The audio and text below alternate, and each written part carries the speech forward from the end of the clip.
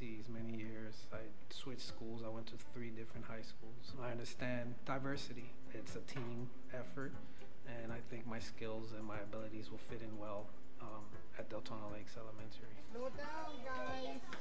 Slow. Thank you. I know there's a need for safety and security, and I thought that based on my background and my experience working with kids, I would be a good fit to fill that role. Morning, guys. That's what I try to do every day, is greet everybody, give them the greeting, good morning, good afternoon, whenever it may be that I see them, and just set them up for success for the rest of the day, because what you put out there comes back. So if I put out positive, then I'm going to get positive in return. Good morning, buddy. I want all the kids that I come across to understand that they do have an opportunity, and they have to take advantage of the opportunity, which is education, and take it on to middle school, high school, and all the way to college. Just stressing the importance of education while keeping an eye on them and making sure that they're in a safe environment.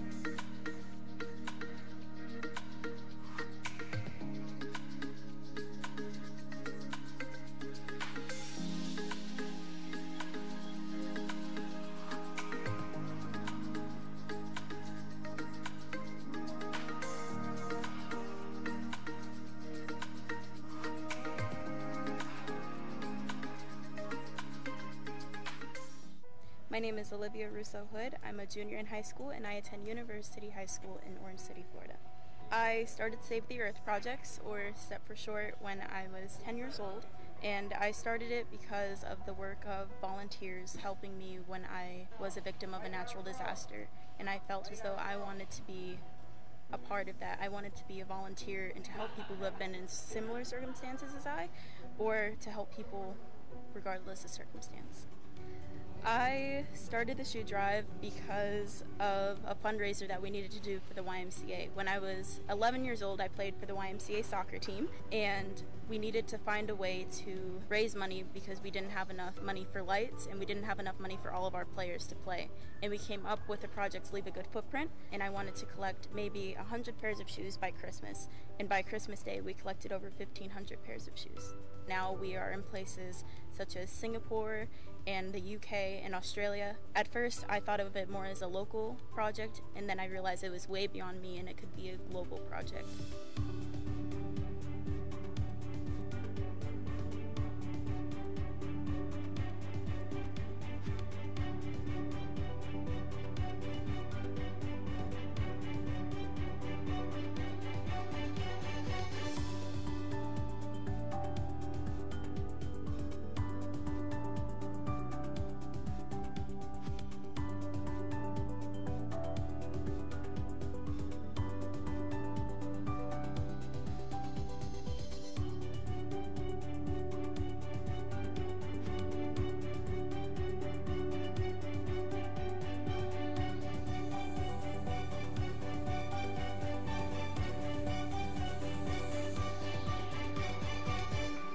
Help one person, and it may not change the world, but it overall helps one person, and that person may go on to help another person, and that person could spread their positive energy and make the difference across the world.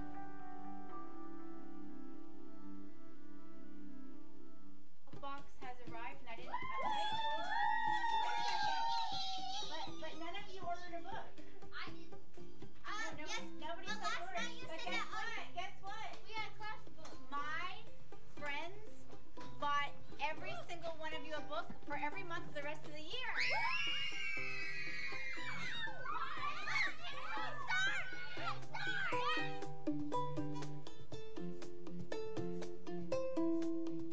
When you open the box and you see all those books, you just are excited. You never know what book you're gonna get, and the literature just like expands your knowledge. I'm really happy that we get a book every month. When we get the books, we never know which book we're gonna get. So it's like an adventure. Within an hour, I had my entire class sponsored. So they're all going to be able to build their home libraries. And the generosity of all of my friends was overwhelming to me. The best part was that more than half of the donators were former students of mine that are in their late 20s now, and they said that they wanted to give back because I gave so much to them. It's so kind that people donate to us and care so much about our books and our education. These books are their own personal books. They can keep them, they can give them to siblings, they can annotate in them. They're like basically presents that are going to be in their bedrooms at all times. They'll always have something to read. Reading is all the way up. Nothing can stop it. It's all the way up.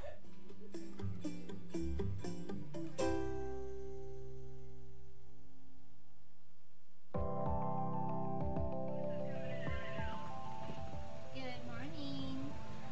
How are you? Say bye, Dad. Bye-bye, Daddy. Have a great day. I worked at Seminole County Sheriff's Office for 14 years, worked with juveniles, Juvenile Assessment Center and Juvenile Detention Center, as well as in the jail. Then I only retired a year ago. Was not looking for work, didn't need a job, didn't need the money, and this came up, and I always knew in my heart that there was something more that I was supposed to do along the line, that my experience was for a reason, and this job opportunity came up, and right away it was like, this is me, this is what I was called to do. Good morning. We're behind the scene, keeping a watchful eye so that we can be proactive. Do you need someone to walk with you? Whether it's having a game of ball or just smiling at them, they know that we're approachable. One more. Thank you. This is me, this is who I am, this is what I was called to do.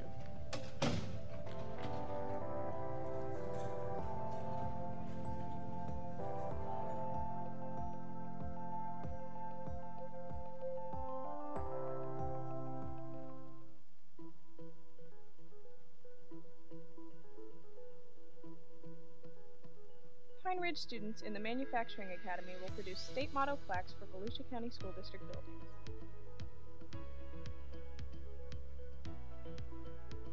These plaques will be created with a laser engraver, and the motto can be engraved onto almost any surface. Students creating these plaques will learn design and how to use the engraver. They will also gain hands-on experience that will be expected of them in the real world. The Manufacturing Academy will offer these plaques to all schools within the district.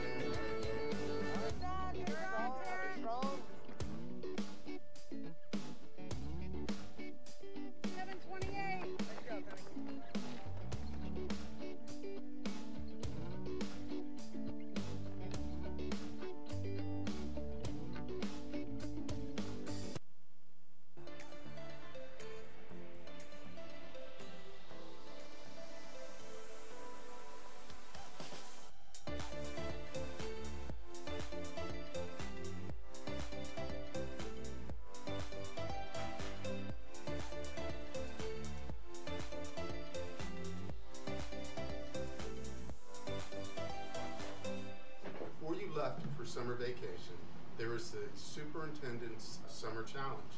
You could either take it in reading or math.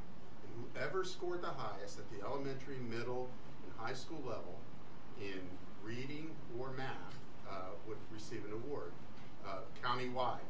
So the winner countywide was Ginguk Kim, who took the 4th grade challenge, and now he's in 5th grade, and he is going to win an iPad. And I just wanted to congratulate you for this.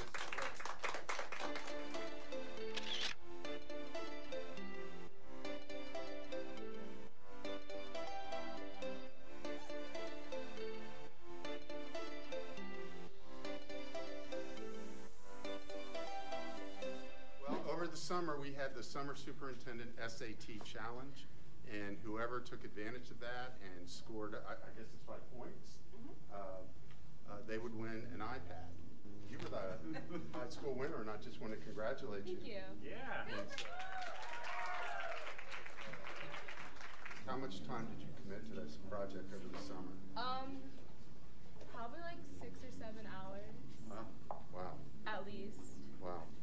And so was it helpful to you? Yes, it did. Was? So what are your plans for next year? I'm currently going to be auditioning for colleges for music, and I want to double major with a performance major in music and international affairs for a pre-law track.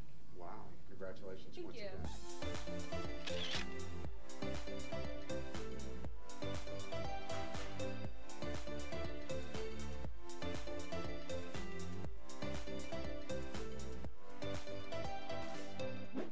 The winner this year read 23 novels over the summer. Proud to give this iPad to Abe. If you come up and receive it, please. Let's give him a round of applause.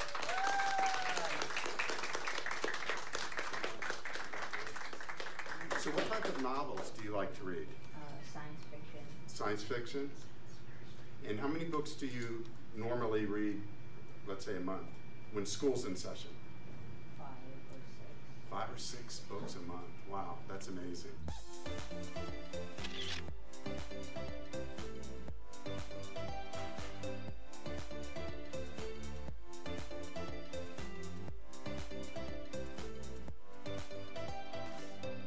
Someone in this classroom won it.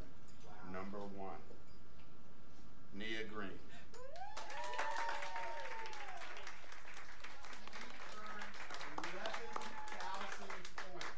You always hear hard work pays off. Well, hard work paid off. Congratulations.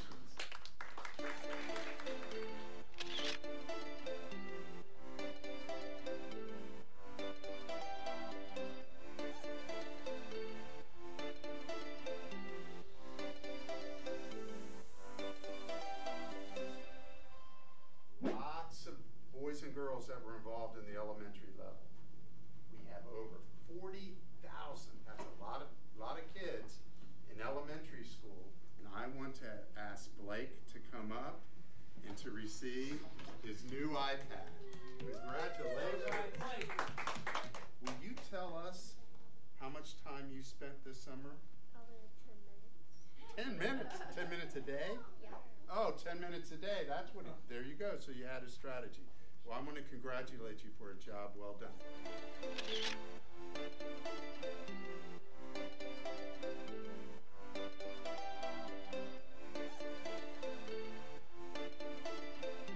Well, here we are again a year later. And again, you won in the district, for your work on the math throughout the summer. And we thought that you probably wore out your last iPad, so we have a brand new iPad for you. And I just want to congratulate you.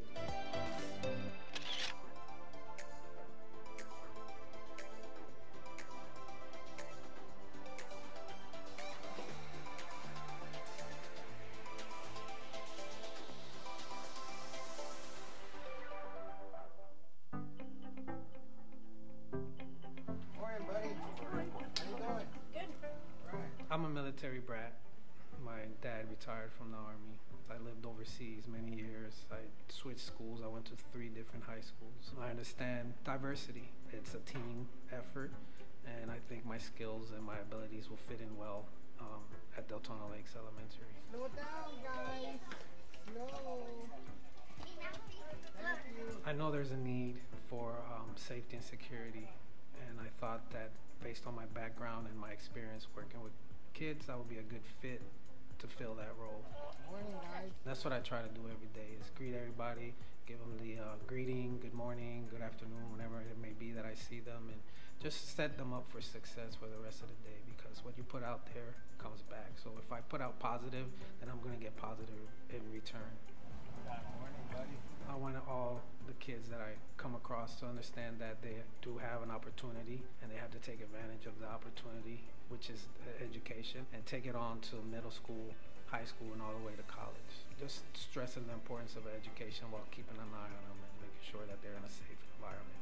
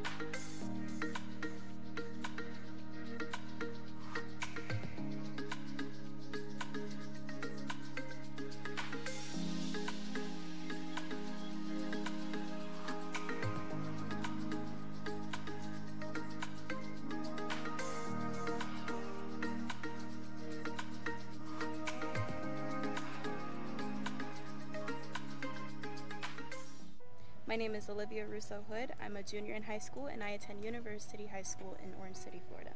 I started Save the Earth projects, or STEP for short, when I was 10 years old, and I started it because of the work of volunteers helping me when I was a victim of a natural disaster, and I felt as though I wanted to be a part of that. I wanted to be a volunteer and to help people who have been in similar circumstances as I, or to help people regardless of circumstance. I started the shoe drive because of a fundraiser that we needed to do for the YMCA. When I was 11 years old, I played for the YMCA soccer team, and we needed to find a way to raise money because we didn't have enough money for lights, and we didn't have enough money for all of our players to play. And we came up with the project Leave a Good Footprint, and I wanted to collect maybe 100 pairs of shoes by Christmas. And by Christmas Day, we collected over 1,500 pairs of shoes. Now we are in places such as Singapore and the UK and Australia. At first, I thought of it more as a local project, and then I realized it was way beyond me and it could be a global project.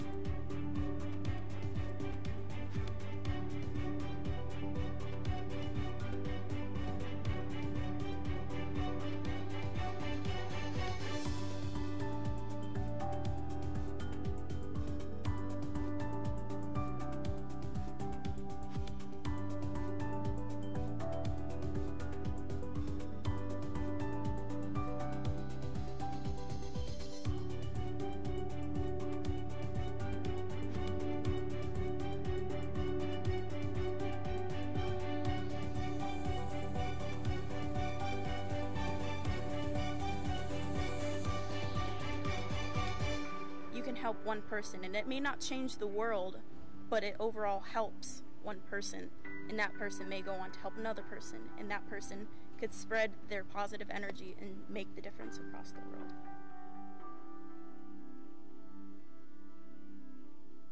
Box has arrived, and I didn't. But none of you ordered a book. I did. No, Yes. nobody But last ordered. night you But said guess that what? Guess what? we had class books. My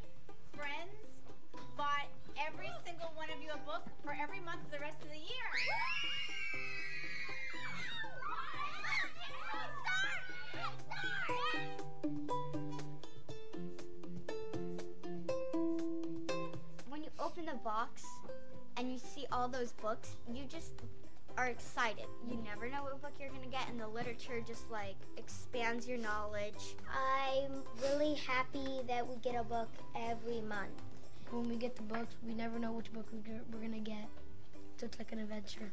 Within an hour, I had my entire class sponsored.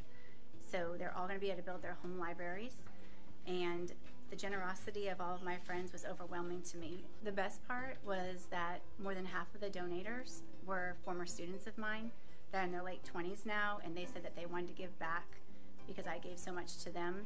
It's so kind that people donate to us and care so much about our books and our education. These books are their own personal books. They can keep them, they can give them to siblings, they can annotate in them. They're like basically presents that are going to be in their bedrooms at all times. They'll always have something to read. Reading is all the way up. Nothing can stop it. It's all the way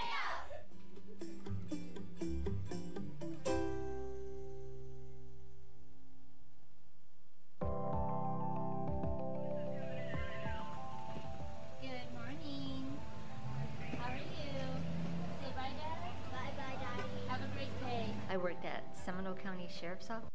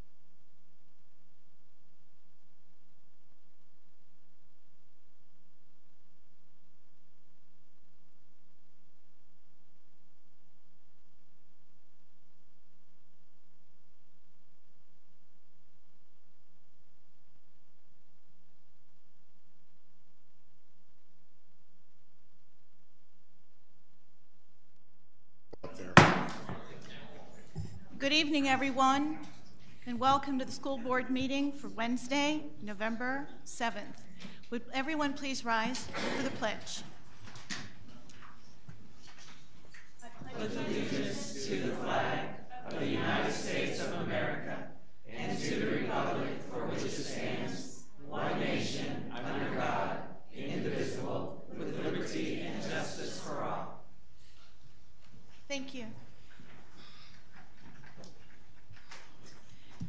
Welcome to all those who are in our audience tonight, online as well as present before us.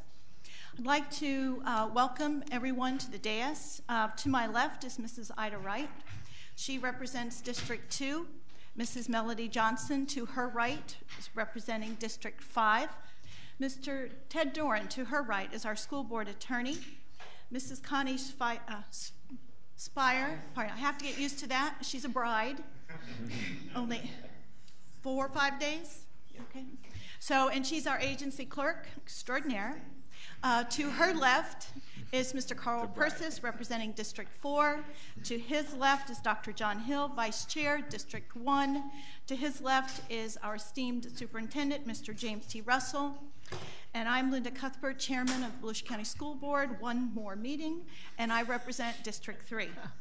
Items for approval on this agenda is 1.03, 2.02, 4.02, 5.01, 14.01, 17.01, 19.01 through 19.09, 20.01, 2, and 3.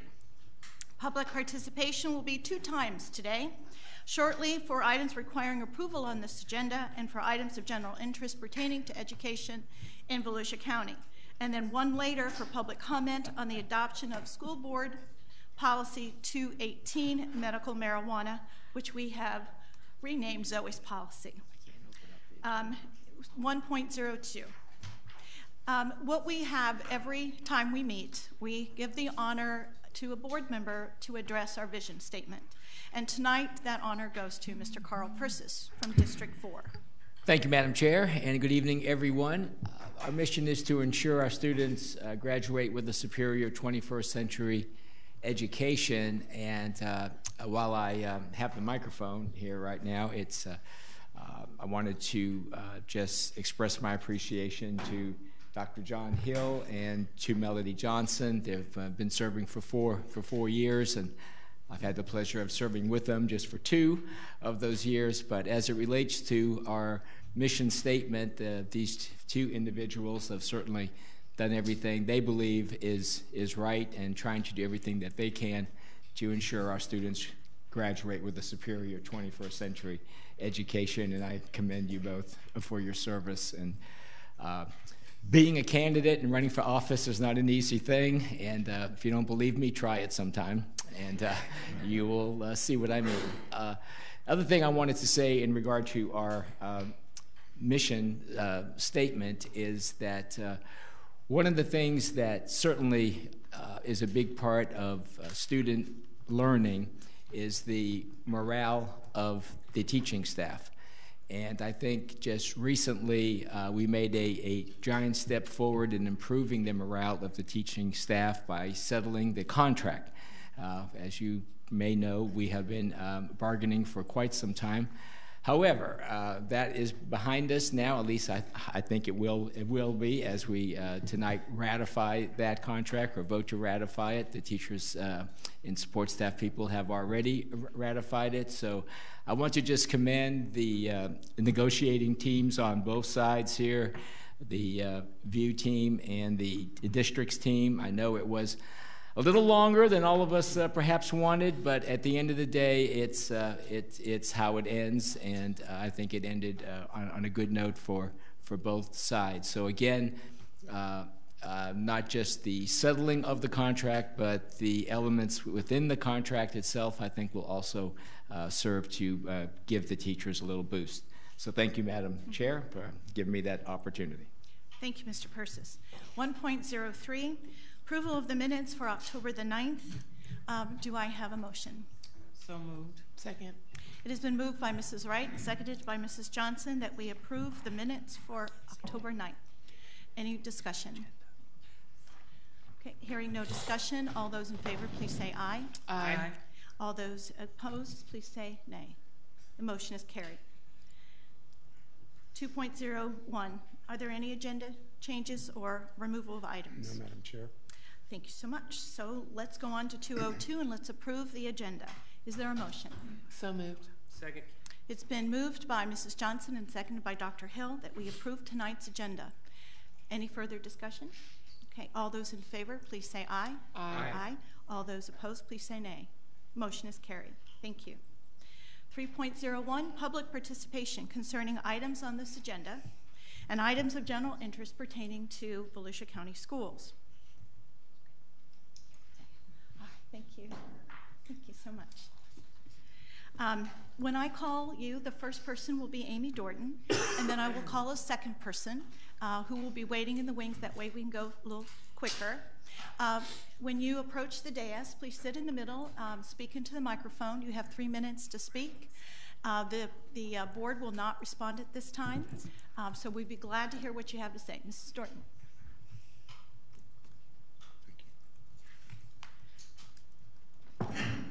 We're doing the address thing, right? If you would like, yes. Amy Dorton, 422 Tequila Trail, Deltona, Florida.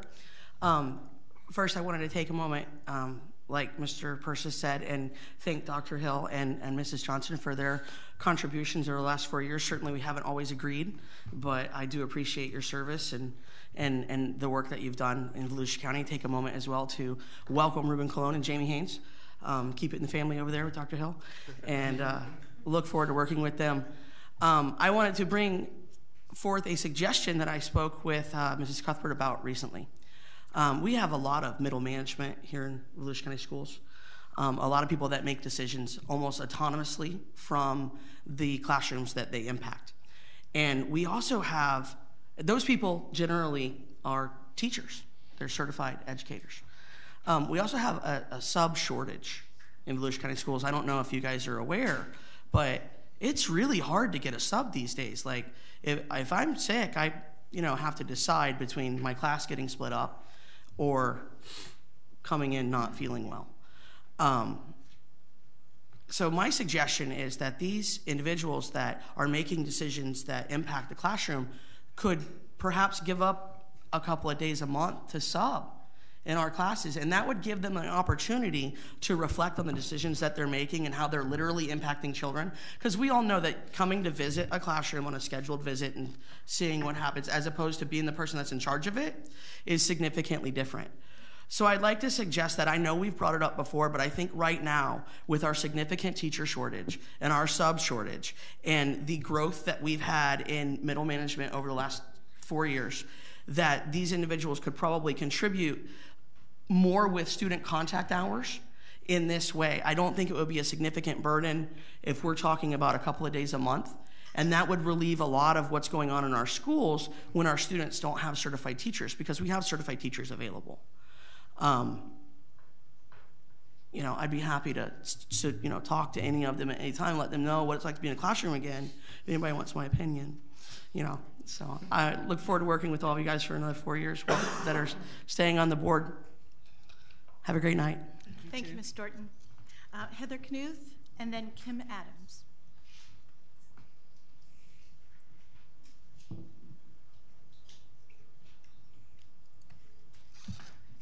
Good evening. My name is Heather Knuth. I live at 235 South Walker Drive, New Smyrna Beach, Florida.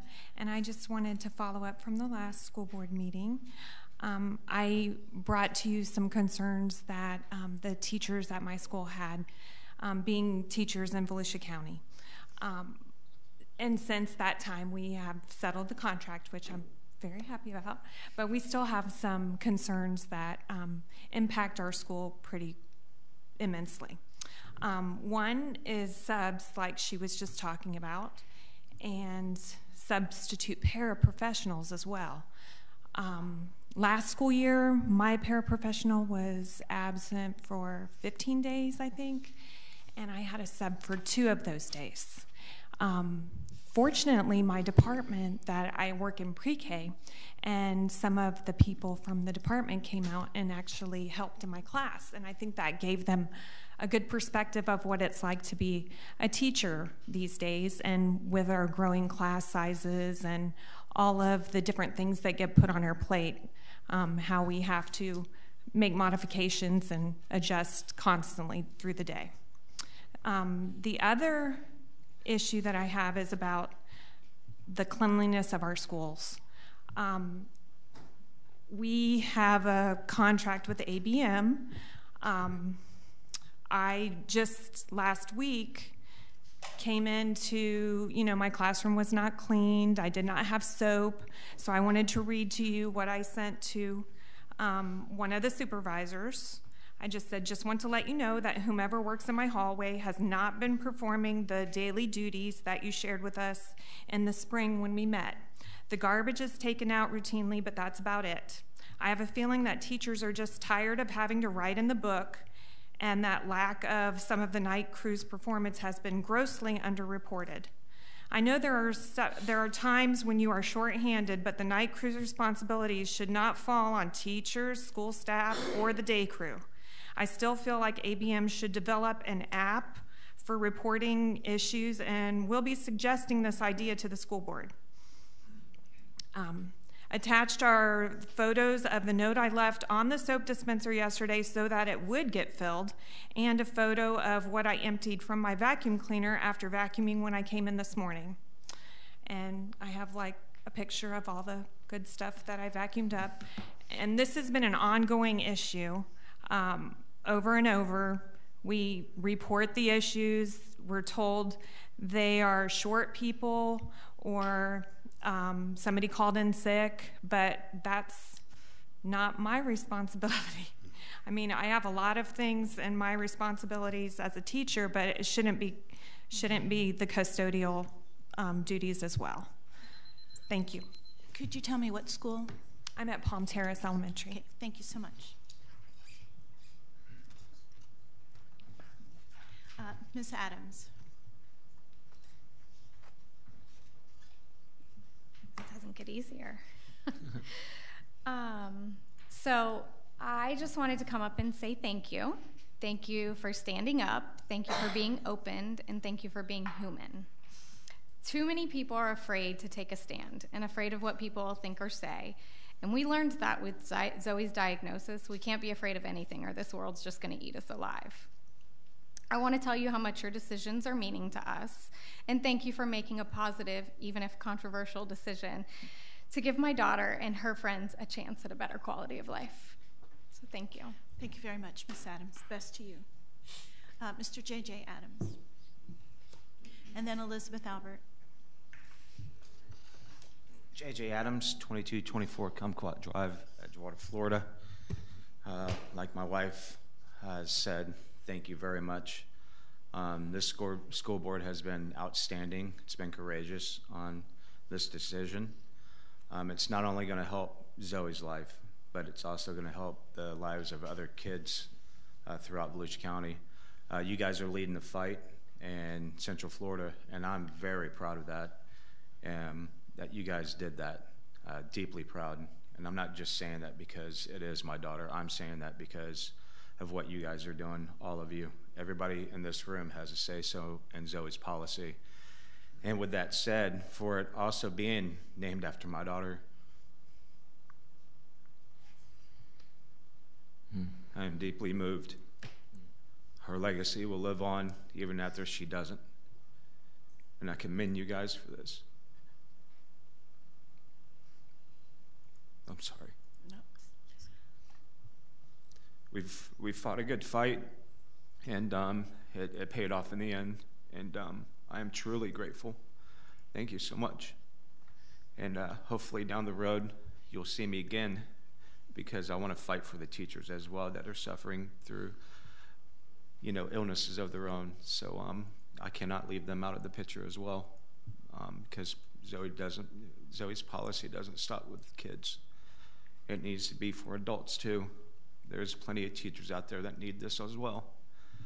And hopefully we can find a common barrier and a common way to combat that as well. So thank you once again. It truly means everything to us. Thank you. Thank you, Mr. Adams. Best to you. Miss Elizabeth Albert, and then Heather Vargas.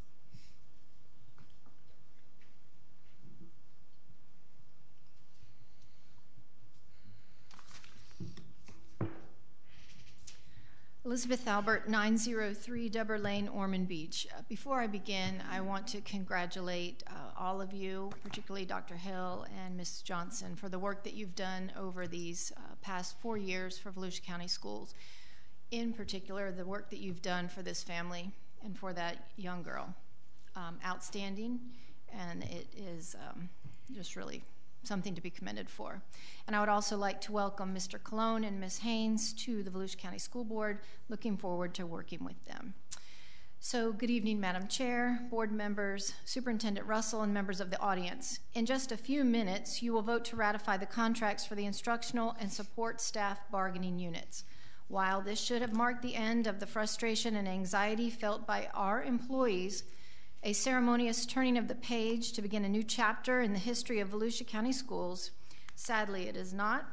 Our employees are more frustrated than ever due to the lack of information they have received about the upcoming changes in the elementary day and how those changes will affect them, our students, their schedules, transportation, after-school programs, and a variety of other situations.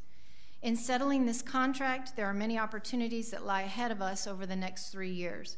One opportunity that I would like to suggest that the board take advantage of immediately is the ability to communicate with the employees. The changes that this district is asking our members to make are significant and have been in place for over 50 years. It is critical that an open and transparent process be put in place to inform not only the teachers and support staff, but parents and community members as well. A lack of transparency builds suspicion, and suspicion does not build trust. Trust is not freely given, it must be earned. The employees in this district deserve to be informed and treated as equal partners in the development of the plan to change the elementary day. I know that preliminary discussions have already taken place, but the public does not know this. I urge you to improve the communication process for all stakeholders, not only regarding this major undertaking, but in all things, in order to earn back the trust of the men and women who serve our children every day. Thank you. Thank you very much, Ms. Albert. Heather Vargas.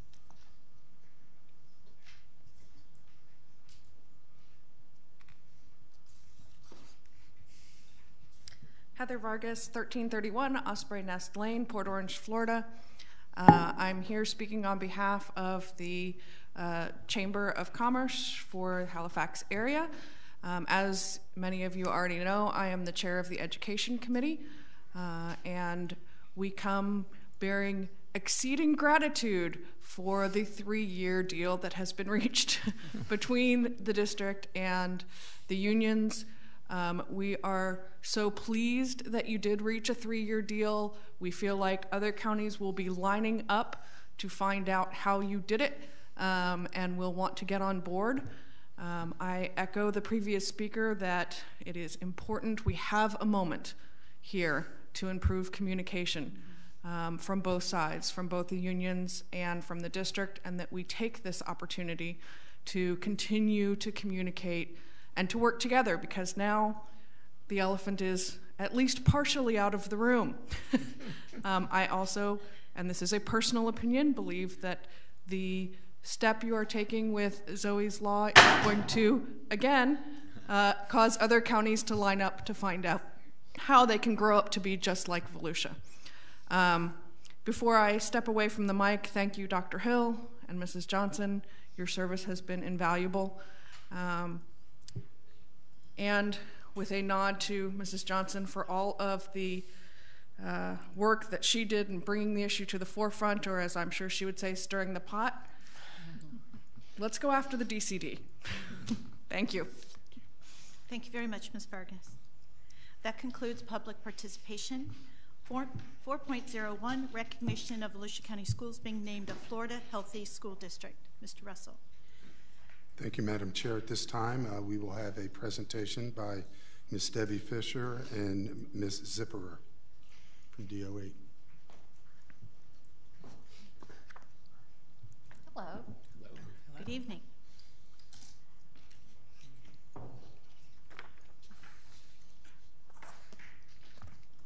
Good evening, school board members, Madam Chair, and Mr. Russell. Hi, thank you for having me here tonight. I'm happy to be here to award the Healthy District Award to Volusia County, the Silver Healthy District Award. And my name is Sina Zipperer. I'm the HIV, STD, and Teen Pregnancy Prevention Coordinator from the Florida Department of Education, Tallahassee, Florida. So we'll get on with our presentation. I'm a member of the Florida Partnership for Healthy Schools, and it's my pleasure to present this award this evening. I'm sure most of you are aware and familiar with your School Health Advisory Committee. The Florida Partnership for Healthy Schools is similar to a statewide SHAC, School Health Advisory Committee. And we have many partners in this Florida Partnership for Healthy Schools. We have partners such as the Association of District School Superintendents, Action for Healthy Kids, Florida PTA, and many other partners.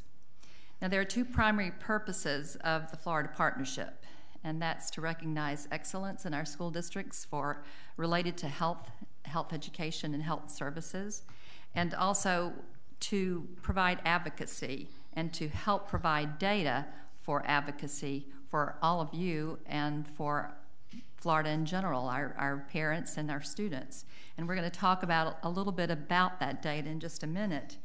But in order to become a healthy school district, there's a very long, drawn-out assessment, and it's not an easy process. And I want to say that we're happy that Grace and Debbie Fisher and other members of your SHAC committee went through this process, and that's how you're getting this award this evening. I want to say that one of the most important areas in the assessment is district infrastructure, because we all know it's very important to have a strong infrastructure, and we want to recognize your superintendent, Mr. Russell, and all of you all of your school staff and members for helping create a strong district infrastructure. But through the assessment, now you're being recognized for having a strong infrastructure, and you scored 80% on the assessment in that area. And also, as I said before, one way to inform advocacy is through data. So now I'm going to share with you a little bit of information from the Florida Youth Risk Behavior Survey. Are any of you familiar with that survey? It's implemented every odd year in Florida, and it's a self-reported survey where students get to tell us what they are participating in. And some of the behaviors are not great, but some of them are. And right now I want to read to you some information about some good news stories. So you're going to get a chance to participate. When I read this bit of data, all of these behaviors have decreased in our students. So when I read a line, you get to say decreased, okay? You ready? All right, the percentage of students who rode with a driver who had been drinking alcohol? Decreased. Okay. Sexual dating violence significantly? Decreased. Students currently sexually active? Decreased. Alcohol and tobacco use? Decreased. Soda consumption? Decreased. Very good. Y'all are good students. All right. However, there is one particular indicator you need to know and understand that is not a positive story. And the percentage of students who have seriously considered attempting suicide, made a plan, or attempted suicide, that data, those behaviors are consistently high in Florida. And I'm going to share with you some infographics. I brought these to share with you all. And this infographic is about those particular data points. You'll see that 28% of our students have felt sad or hopeless for more than 2 weeks, that 14% did something to purposely hurt themselves without wanting to die, that 14% seriously considered attempting suicide, and 11 made a plan to attempt suicide, and that 8% attempted suicide. And so I was really happy to hear in a conversation I was having with Debbie and with Grace this afternoon that you are going to be, that you've hired 16 additional staff members to work with your students related to mental health issues, and that you have also hired 2 people to work with your district on implementing social and emotional health, which is very important in helping our students understand how they can build skills to delete the stress they feel and the issues they have related to mental health. So that's really commendable. I'm very happy to hear that. And then I understand that you all are going to be going for the gold.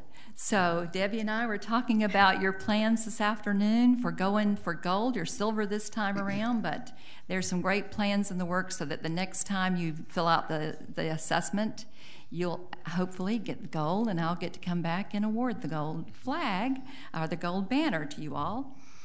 Now, we're going to talk about your scores on the assessment. And when looking at them, it's very clear how that the district has scored silver. In health services, you scored 96%. In employee wellness, 93%. Physical education, 81%. And health education, 80%. This is really wonderful. This shows that your staff, your schools, your leadership, you're all working to impact students' health and your staff's health. And it's going to make everyone, hopefully, many more of your students be healthy and ready to learn. So that's very wonderful.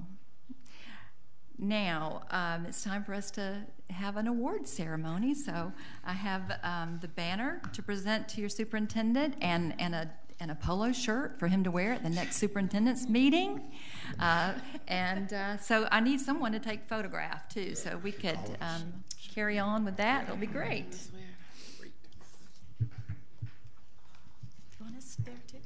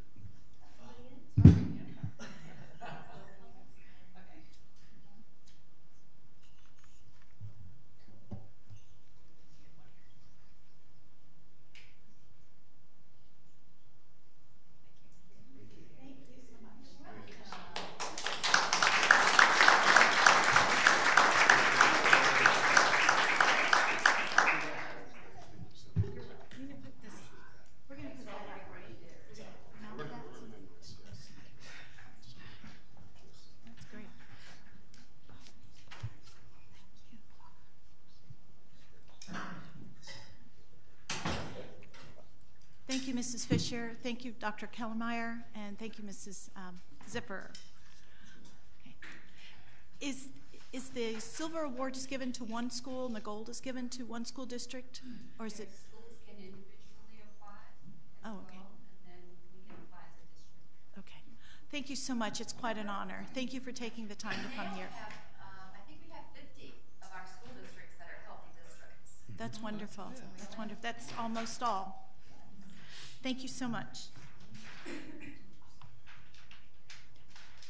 4.02, Resolution 2018-27, recognizing November 12th through the 16th as National School Psychology Awareness Week. Mr. Russell. Thank you, Madam Chair. This presentation will be by Mr. Troy Radford, the Coordinator for School Psychological Services. Good afternoon, Madam Chair, members of the board, and Superintendent Russell. I'm Troy Radford, the Coordinator of School Psychological Services, and I'm before you today to present the resolution recognizing November 12th through the 18th as National School Psych Awareness Week. However, we're honored to have Florida's School Psych of the Year in our department. The Florida Association of School Psychologists recently awarded Natalie Stokes here for her commitment, services, and dedication to her students and schools. She's also now a candidate for the National School Psychologist of the Year Award. So I thought it'd be appropriate for Natalie to be the one to give you a glimpse into school psych in Volusia County. Natalie?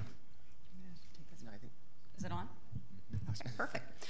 Well, thank you and good evening. We currently have 25 school psychologists serving all students within the district. This includes those within traditional, charter, private, and virtual schools and home education.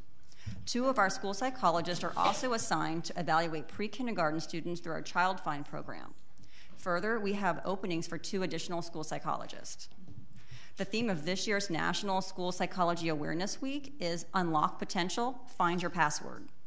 The goal of this theme is to highlight how, not unlike using a password to unlock our phones, unlocking real-world passwords such as academic, behavioral, and social-emotional skills can help children reach their full potential. Our school psychologists, in my opinion, are instrumental and among the most progressive in our state in helping children to unlock their true potential. Our school psychologists are also the professionals who conduct the comprehensive evaluations for many of our disability categories. As experts in problem solving and data analysis, our school psychologists have taken on leadership roles in assisting schools in monitoring their school improvement plans and with curriculum departments in developing standard protocol interventions in the areas of reading, math, and behavior. Further, our state organization, the Florida Association of School Psychologists, has provided a number of position papers, a number of position papers on topics, including but not limited to alternatives to grade retention and ending the school to prison pipeline that have been used with our district leadership, our principals, and other educators in order to improve practices and outcomes for our students. We encourage you to contact Troy Radford if you are interested in coming and seeing what we do on a day-to-day basis. So thank you again, and we appreciate your support for our resolution. Thank you very much. Mr. Russell? The superintendent recommends approval of Resolution 2018-27, recognizing November 12th through the 16th, 2018, as National School Psychology Awareness Week. The superintendent has recommended that we approve Resolution 2018-27, recognizing November 12th through the 16th, which is next week, as National School Psychology Week. All those in, let's see, do I have a motion? So moved. Second. It has been moved by Mrs. Johnson and seconded by Mrs. Wright. Is there any further discussion? I want to compliment you. Thank you so very much for coming tonight. It's an honor to honor all of you and your work that you do for our students. So thank you. Thank you. All those in favor, please say aye. Aye. Aye. All those against, please say no. The motion is passed. Thank you again. Thank you very much. Thank you. 5.01, approval of the consent agenda. Do I have a motion? So moved. Second. It has been moved by Mrs. Johnson and seconded by Dr. Hill to approve our consent agenda for this evening.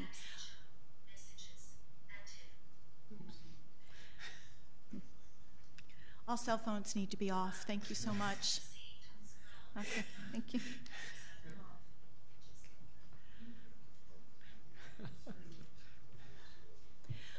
Are there any comments or questions about the consent agenda? Okay, all those in favor, please say aye. Aye. Aye. All those opposed, please say nay. The motion is passed. Thank you. 14.01, discussion and approval of items. Oh, we already did that one. Superintendent's announcements, 15.01. Thank you, Madam Chair. All County Chorus Showcase will be this Friday, November 9th, 2018 at 7 p.m. at DeLand High School. Veterans Day holiday will be Monday, November 12th, 2018. All schools and district offices will be closed. All 12-month staff will work 4 10-hour days next Tuesday through Friday. National Parent Involvement Day will be Thursday, November 15th, 2018. Thanksgiving Day holidays, Monday, November 19th, 2018 through Friday, November 23rd, 2018. All schools will be closed. District offices will be open Monday and Tuesday. Classes will resume Monday, November 26, 2018. Our organizational school board meeting will be Tuesday, November 20th, 2018 at 9 a.m. The School Board of Volusia County Leasing Corporation will happen on Tuesday, November 20th, 2018, immediately following the organizational board meeting in this DeLand Administrative Complex. Our next regular school board meeting will be Tuesday, December 11th, 2018 at 5:30 p.m. in the boardroom at the DeLand Administrative Complex. That concludes the announcements, Madam Chair. Thank you, Mr. Russell. 16.01, Superintendent's presentations and district update. Thank you, Madam Chair. At this time, Ms. Dana Page Pender will come forward and do a presentation on our hiring practices.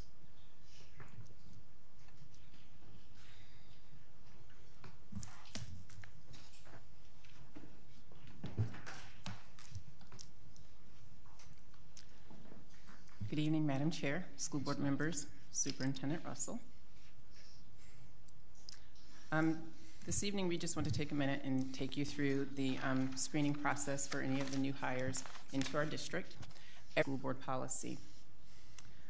Just to take you through some of the state statutes that govern what we do, the first one is Florida Statute 1012.315, which talks about disqualifying offenses. So there are over 52 instances of disqualifications based on criminal convictions. We actually go above and beyond that, where if anyone is convicted of any felony, even if it's not listed in this statute, we disqualify them from employment with the district. Another example of how we go above that is a DUI conviction. If someone is convicted for more than one DUI, 2 DUIs, it goes to our Employee Practices Committee for review. If it's 3 DUIs, they're automatically disqualified from employment with Volusia County Schools. Florida Statutes 1012.465 and 1012.56 talk about background screenings, fingerprints. If you are applying for an instructional position with a school district, you have to be certified to be in an instructional position. Those individuals go through 2 level 2 background screenings. They go at the district level, and they also go through the Florida Department of Education. They also send them through a background screening check, so they're actually screened twice. They're also, all employees are required to have a level 2 background screening and be rescreened every 5 years. So their prints are sent up every 5 years to be rescreened, both through FDLE and through the FBI. Florida Statute 1012.32 talks about qualifications of personnel, and amongst those qualifications, again, it talks about requirements for background screenings through both FDLE and FBI. One exception to this rule is our extended day employees. About 2 years ago, they changed the statute regarding daycare workers, and they require all daycare workers to go through a DCF background screening, and you probably remember me bringing that to you, I think, when it first happened. Our concern with that is when we background screen our employees, we get their criminal history check. Now we get a clearance letter from DCF, and the criminal history checks actually go through DCF. Many of our extended day workers have other positions within the district. They either work for Schoolway Cafe, some are paraprofessionals, other positions. If they choose to take one of those other positions, we then make them rescreen through our regular background check process so that we actually are screened. And then if anything happens, any infraction occurs, they're arrested later on, we receive the notification as opposed to DCF getting the notification. Florida Statute 1012.27 talks about reference checks as one of the requirements to background screenings. We have to get reference checks from previous employers.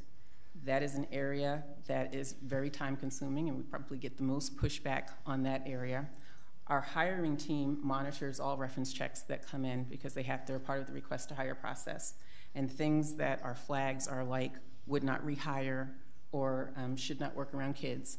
And if those come back, it's sent to an HR administrator, and they follow up with the hiring manager as well as the reference themselves. If there's any references that are missed based on the work history, which I'll talk about when we talk about the board policy, it's sent back to the hiring manager, and they have to go back and they fill in those references.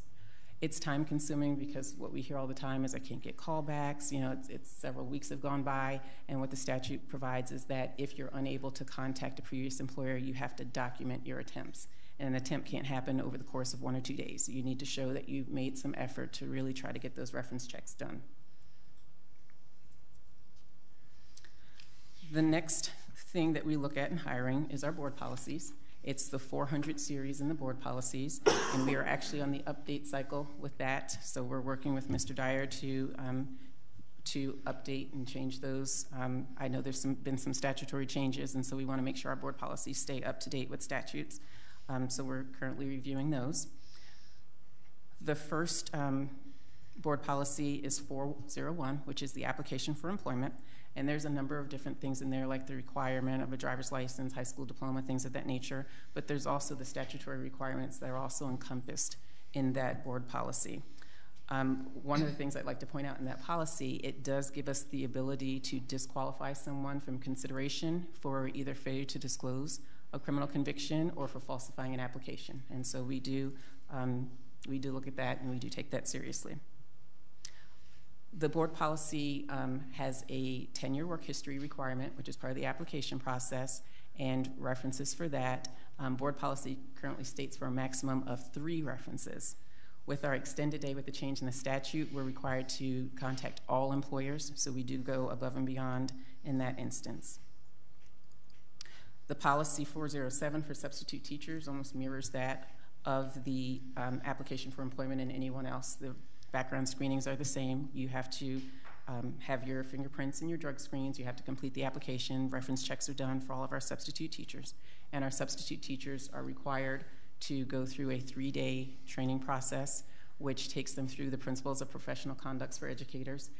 So they get the same principles, the same training that our teachers get as far as ethical conduct. They also go through classroom management training. They have a 1-day internship where they actually go out to a school and they work in a school in a supervised environment for a day, and then they come back and they follow up with a 3rd day of training to get feedback. The other board policy is policy 415, drug-free workplace, and then Mr. Hovis is going to Good evening. That. Policy 415 indicates that all of our applicants submit to a 10-panel drug test. Those results are then sent to a MRO or medical review officer for review. That MRO reports back to the district with a finding of either positive or negative. If a drug test comes back positive, it's forwarded to professional standards for review. Any positive drug test will render an employee ineligible for employment.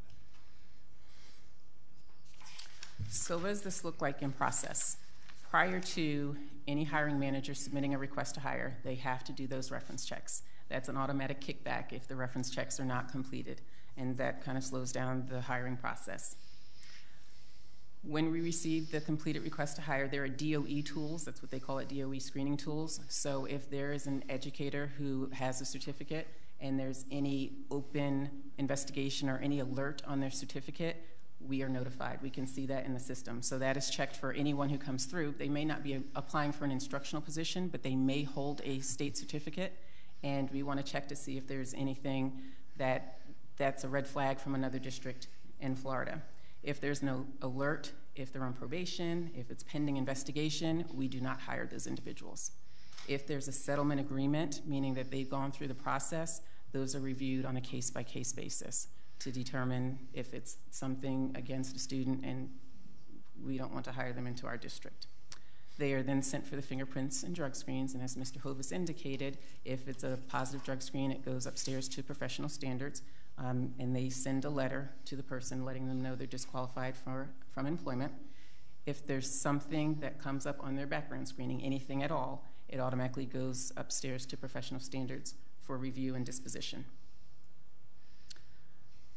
Any current employees in the district, because we fingerprint them, anytime they are arrested, one, they have a duty to notify us if they've been arrested. And we tell them in our trainings and our orientation, even if you don't tell us, we will know, because we get emails from FDLE immediately based on fingerprints notifying us that any of our employees have been arrested, and that goes to professional standards, and they are able to follow through and do whatever is necessary in that case. Any questions? Okay. Questions from the board? Mr. Persis? Thank you for that information. So can we just talk about the individual who went to Tallahassee and killed those people in the yoga studio? Can you give us the information about what you knew about that person before we hired him here in Volusia County? What we knew about him?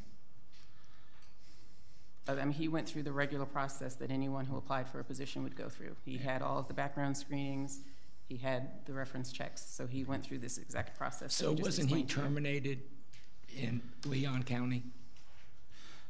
We had no record of a termination in Leon County in the records, and that's, I don't know, something that's been available in the news, but it wasn't something that was available in any of our records or any of our searches. So can you just walk us through this, because it's been reported in different ways, so I just want to get accurate information here about his timeline and exactly where he started and what jobs did he have while he was here? Well, I don't know if we, it's pretty well documented, you know, what positions he's had and the timeline he had, different positions. Could you just state it for the record here right now, please? For you, I don't know if we have in our hands right now his personnel folder to go through a history and a timeline, date by date. My understanding is that what we can supply is the general disposition of how we deal with all employees. No, but we don't have a timeline. I really don't want to know that. I want to zero in on this individual, and I want to know exactly who did what did we know, what didn't we know, and I want to know exactly where he was teaching or substitute teaching, and I want to know what information principals told you about this individual where he was substitute teaching. That's what I want to know. And it just kind of frustrates me that they're making a presentation here right now and they don't have that information available. Well, he subbed for the district, and then for several months, I don't know exactly when he started. Then he was... But isn't that like a real easy thing to get? Exactly when he started. Isn't that what HR does? We could pull it up. That wasn't the basis of the presentation this evening. My understanding of the presentation was that the process that we go through in screening people. I understand that, but this is in the news. Absolutely. This is on everyone's mind. Yes, it is. We're getting calls about it. Like, what did we do something wrong? Did we drop the ball? That's what the calls we are getting. So I'm asking you to help us so we can understand.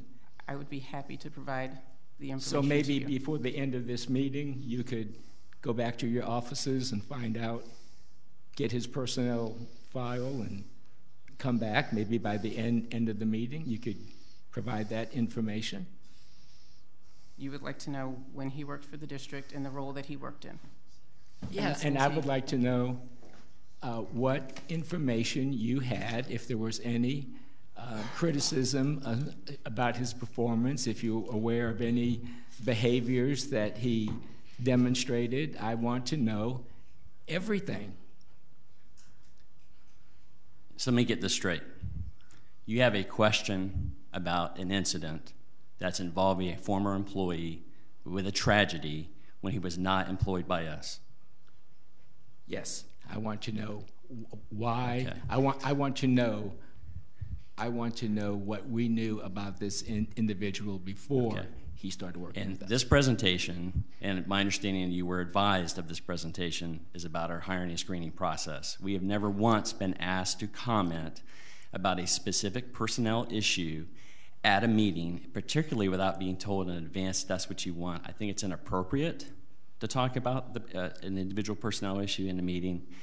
I suggest that you take up Ms. Paige Pender's option of providing a detailed response, and if you have questions, you can ask. But I do not think it's appropriate to talk about this evening. Well, that's your opinion. I understand, and I also feel like you should have given some advance notice.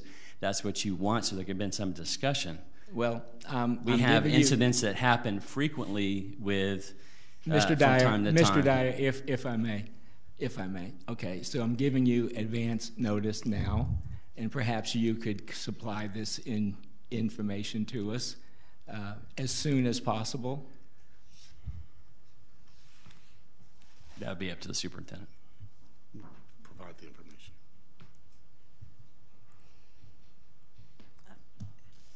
Mr. Persis, anything else? I didn't hear the superintendent's comment. He said We'll provide the information. Okay, thank you. Dr. Hill. Sure. I want to look at this slightly different. Do we have a policy in place that allows for all employees of the district to know their previous work history, or in this case, in this specific case, obviously a termination within a school district? Is there a policy that every single employee we know historically their work history, or we contact their previous employers, or do we not have a policy that addresses that? The board policy requires a 10-year work history that is completed on their application, yes. So we know that they have a work history, but we do not have a policy that mandates if they were terminated that we answer why they were terminated? I can give you a scenario. So I come to you as a teacher and I want to apply for a position in middle school, and I tell you that I've worked as a teacher for 10 years. Is that box checked and that's it? Or do you say, Dr. Hill, where did you work at last? Or are you in good standing? I can answer that just from past experience in hiring, that when we check references and we start calling previous schools and previous school districts, I mean, we run the range. We could call North Dakota and it's a school district of one school. We could call, you know, Atlanta and it's a huge district and all they're going to do is verify employment. So there are times where we will get a detailed response and I'll actually get another principal on the phone and they'll tell me exactly what they think.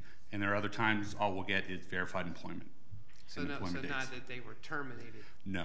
So is that something that this board should consider in terms of the questions asked about hiring of an employee? Oh, I asked the question, but they're not obligated to tell us. Right. And in the state of Florida, it's different because if someone is terminated for cause, it has to be reported up, and we can check that. And we tell districts tell other districts. They have to tell other districts that they've been terminated. It becomes part of their personnel file. But that's only when you're dealing with someone within the state of Florida. If they're outside the state of Florida, like Mr. Ouellette said. And a lot of times we're dealing with, especially nowadays with second career folks, we're dealing with employment that was outside of the school district. And, you know, we call and that manager is now replaced 3 times fold. He's no longer there, he hasn't been there, and so a lot of times, you know, I mean, when she says it's a very in-depth process of checking references, it really is, because very few people have a 10-year work history that's very simple to track down. Right. So let me ask this one other question. In your opinions, do you think there's something that we could be doing differently or better that we are presently not doing to capture instances such as this or other instances where we could stop something? I see it from coming from different places, being at the school level and now being at the district level. It's very interesting the box we happen to be in, because an arrest isn't a conviction. And when I see the FDLE searches come through, we'll see arrests, and then we're in a time now where, you know, restorative justice and pretrial interventions are really big in the justice system. So we'll have people with multiple arrests with no convictions and no disqualifying offenses. And they're approved. And to disqualify them, I mean, I'm not a lawyer, but the question is, do we open ourselves up for litigation? Well, and to answer that from the HR perspective, I will tell you that this week there's not a person in my department who has not thought about it, has not wondered, has not been touched by it. One of my team members actually has a personal connection to a victim. So there's not a person who hasn't said, gosh, I had a conversation with that person. Was there something I should have heard, something I missed? And we did, putting it together. We looked at other districts. We know we are more stringent than statute requires. We know in many cases we go above and beyond board policy. If there's something that gives us any pause, we do ask professional standards, or we'll run it by other people to say, you know, what does this look like? What do you think? There are red flags that are red flags to us because we deal with it all day. Like if we can't get a reference or someone gives a resume and it doesn't quite match the work history, there's a whole follow-up to say, okay, what's going on? Why didn't they give this? We had a situation this summer where the reference seemed somewhat elusive, and they finally ended up saying, do a public records request. And we did that to get the information we needed. So we really try to get to the bottom of anything that gives us pause. Is there a hotline for students to contact for professional standards concerns? There's a fraud hotline, yes, sir. So you think the students are readily aware of that, or probably not? I mean, it's on our website. It's on social media sites. So I do know it's out there. May I interject? As a former high school teacher and also middle school and children and grandchildren in the system, we are usually told, we tell our students, if you see anything, especially now that we have the Sandy Hook promise, if you see something, say something. Right. But they usually are guided towards their teacher, and the teacher is required by state statute to contact their guidance counselor.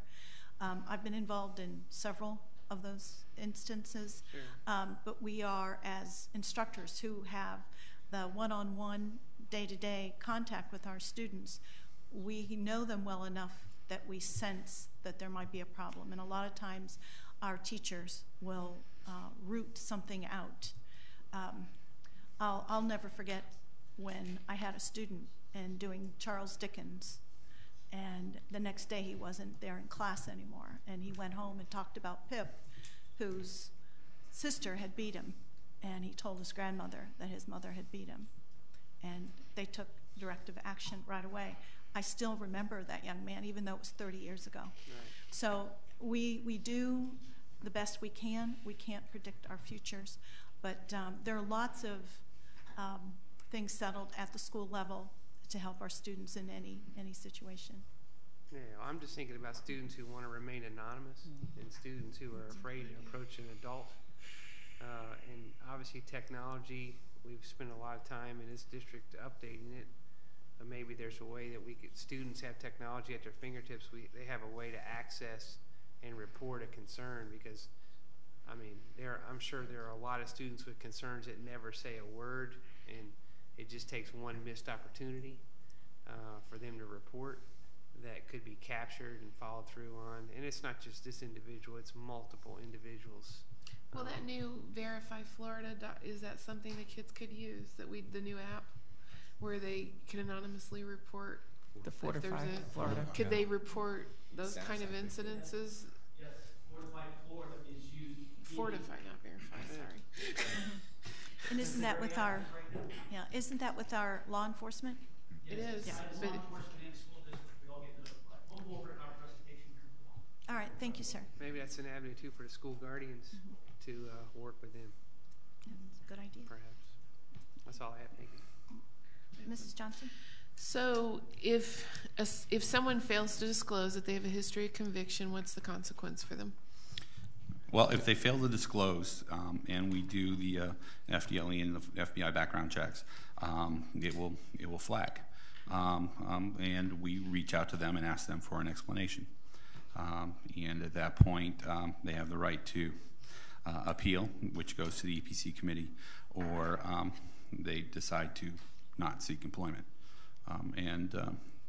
Depending on reasons why they failed to disclose, and depending on whether it's in state statute as far as it's a disqualifying offense, it's considered by the EPC committee as for consideration as to whether or not it is a block to employment.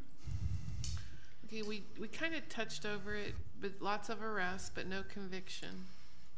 What if those arrests are repetitive arrests? Like those are like on a case by case basis. There are times when you receive a criminal history and there's no convictions, but there's 13, 14 arrests.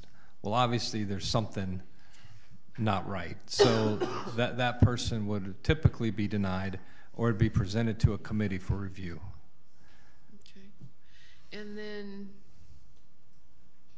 you mentioned that if they were fired by another district, it came through and you figured it out, it would go to professional standards and it'd be a case-by-case basis. Is that what you just said? If they were coming from another school district, but they lost employment there, and then they apply with us, you figure it out, they tell you, you figure it out. Is that a case? Is that what you said? It goes to professional standards? Is it a case-by-case?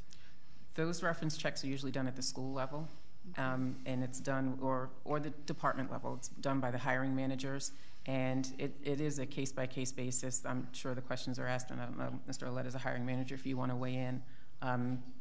They look at the reasoning behind it. If it's something egregious that's been reported up to DOE, those are the things that are flagged. Those are the things that get an alert on a certificate.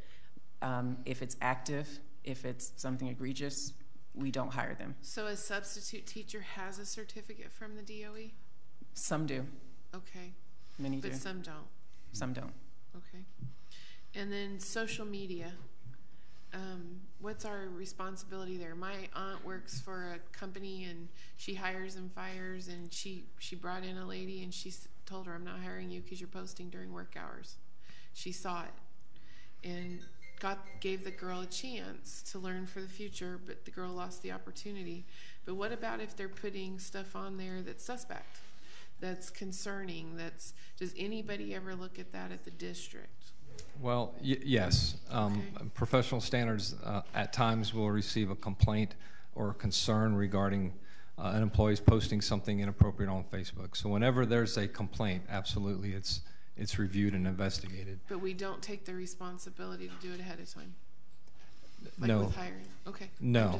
And from my experience in professional standards, I've come across some social media sites that I've never heard of. There's hundreds out there. And there's names and I've seen people, they don't use their names. It would be virtually impossible to identify. Okay. I think that was all. Oh, the drug test, if it is positive and they have a medical prescription. If it comes, it's reviewed by the medical review officer. So that medical review officer will reach out to the applicant, reach out to the applicant's doctor. They work all that out. We receive either positive or negative. So if it comes back positive, then they did not have a prescription or it was an illegal substance. Okay, what if it was positive for a prescribed substance that's approved? It wouldn't be positive. Oh, the medical examiner would make it negative. Yes, because ma'am. he has a reason for it. Right. Just making sure. Thank you. That's all. Thank you. Mrs. Wright? Okay, that was my next question.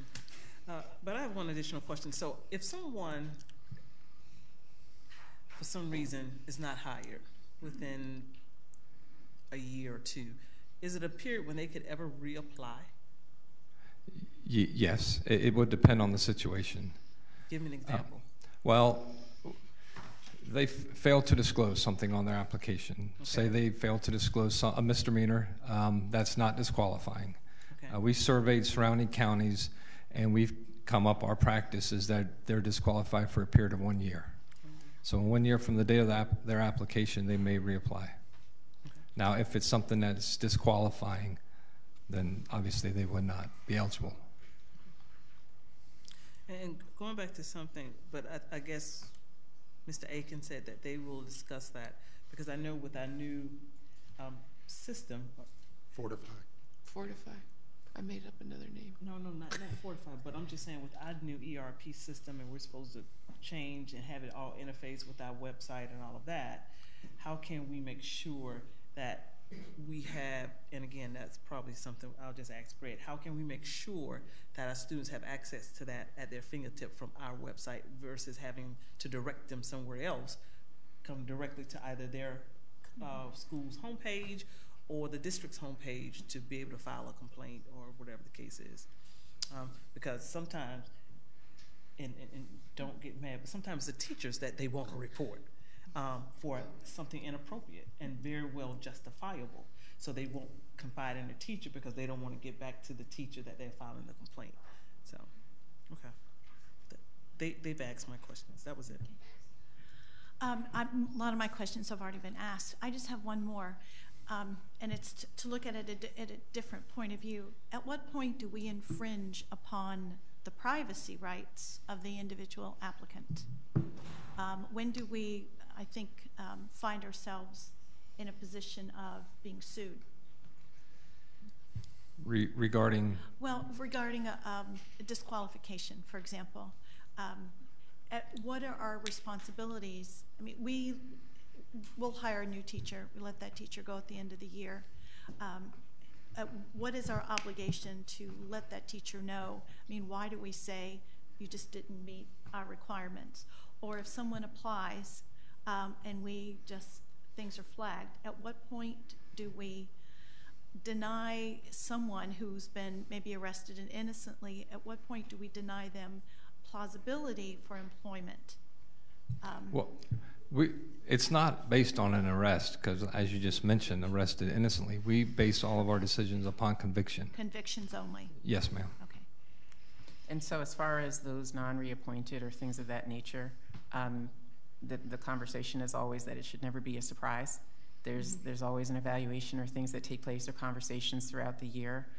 If it's someone who's being let go during the probationary period, before they get a letter of that nature, the question is always, what have you done to support them? You know, what things have you done to coach the employee up? So it's never a surprise. There's always some concerns. So it's not like they show up at work one day and you don't have a job. There should be steps in place to try to help the employee be successful before they're let go.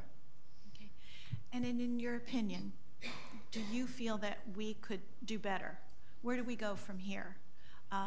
Do you have, if and when we discuss these policies, will you be able to offer some advice to us to how to improve, how to make sure that we don't let things slip through the cracks as much as they have recently?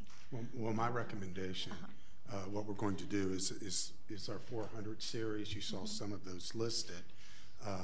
We're going to we update them, you know, quite often, and to also align with state statutes as well. We're going to move that up, and we're going to go through all those policies and update where we need to update, and then we'll bring that forward and discuss that with the board. Okay, good. Thank you so much. Madam Chair, can I just follow up? Because I think this is a question that you can't answer. I think you know the history here. Is it our policy to allow a person to substitute, allow a teacher to substitute who has been not rehired? Like, say there's a first-year teacher, doesn't get rehired at the school for performance issues, whatever, and then the following year, can that same person apply to be a substitute? So if they were let go and it was something egregious enough that it rose to the level of professional standards, and professional standards had issues, flagged, blocked, the no. But if it was that they were non-reappointed, those require area superintendent approval before they're rehired. All references, they would have to, anybody trying to hire that person would have to call the previous principal. So there's that reference check there, and we always tell our principals, be factual, be truthful.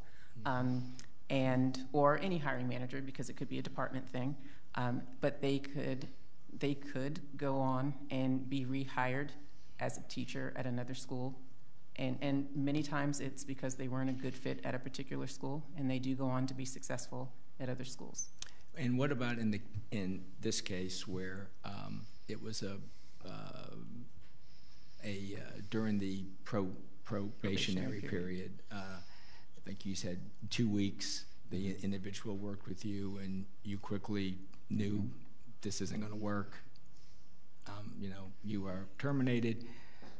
So in instances like that, during that probationary time, they work a week, 2 weeks, 3 weeks, whatever it is, then can that person just turn around and sub? Unless there's an issue that rose to the level of professional standards in which they were disqualified, they could substitute. And so I guess this is where it gets a little shaky. So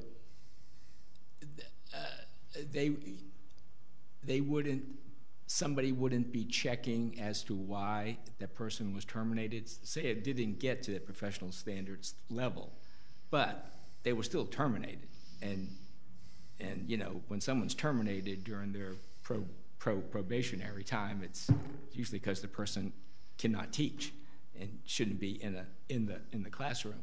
So I'm saying, is there a process, or do we have to amend our procedures, our policies, so that a person that is terminated during that probationary time could not work as a substitute unless that principal or someone contacted the person who terminated them and get a clear understanding of why the person was terminated?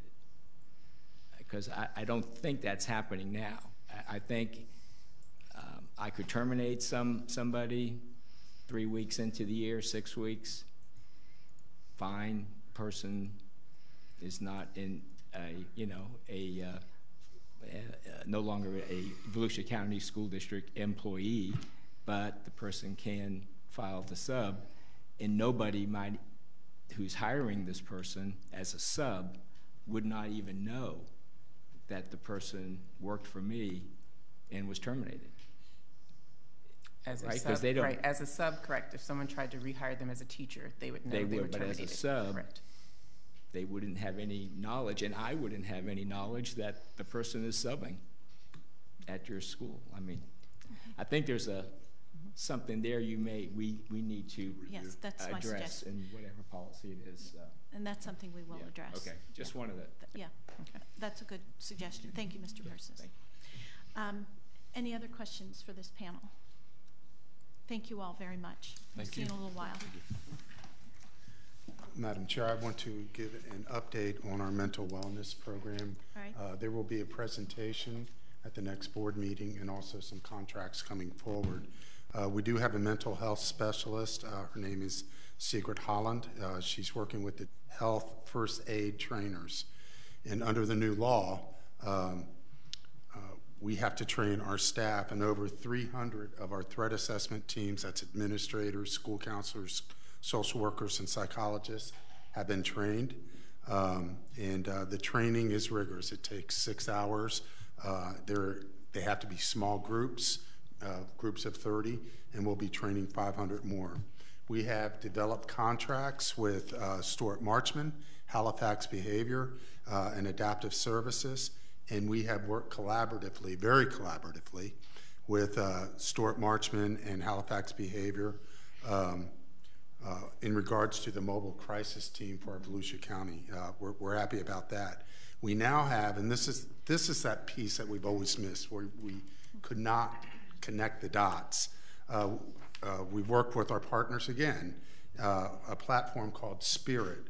It provides a host web-based case management system to address data entry and data efficiency and subsequent data collaboration. What it does is it links students to mental health resources in our community and streamlines the communication between providers, and that's where we always fell short.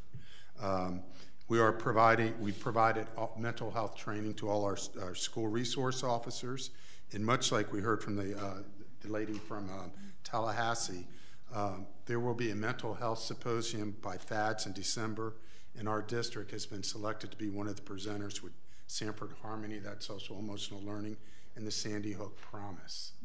What we've started already, we've implemented the Sandy Hook Promise, the Say Something with the children, see something, say something, and SOS training. Again, what we heard today, SOS is signs of suicide. It's age-appropriate discussion, with our students. So we're moving, quickly in that direction. I was very glad to hear about the elementary day brought up and the extension. So let me tell you the plan.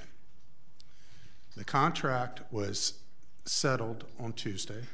We sent out a memo to district staff so they had basically information as to what we were doing. The worst thing that the district could do, and we would be criticized by the community, is do a top-down implementation. So what we have done is we've started our pre-planning with logistics. We've also looked at the hours of our OPAGA districts and peer districts or start of day. So we have that. We are going to form committees. It's going to be a large committee, but it's going to be in two-part. And let me tell you who's going to be involved in that. We have the Student Services Committee. That involves the transportation, Schoolway Cafe, all these areas that are going to be impacted, the extended day. So you'll have the union from ASME and VIEW Support will be involved with that, principals. And then I'll talk about some parent organization. The second group is the elementary school day. That will be principals. That will be VIEW Instructional, the teachers union.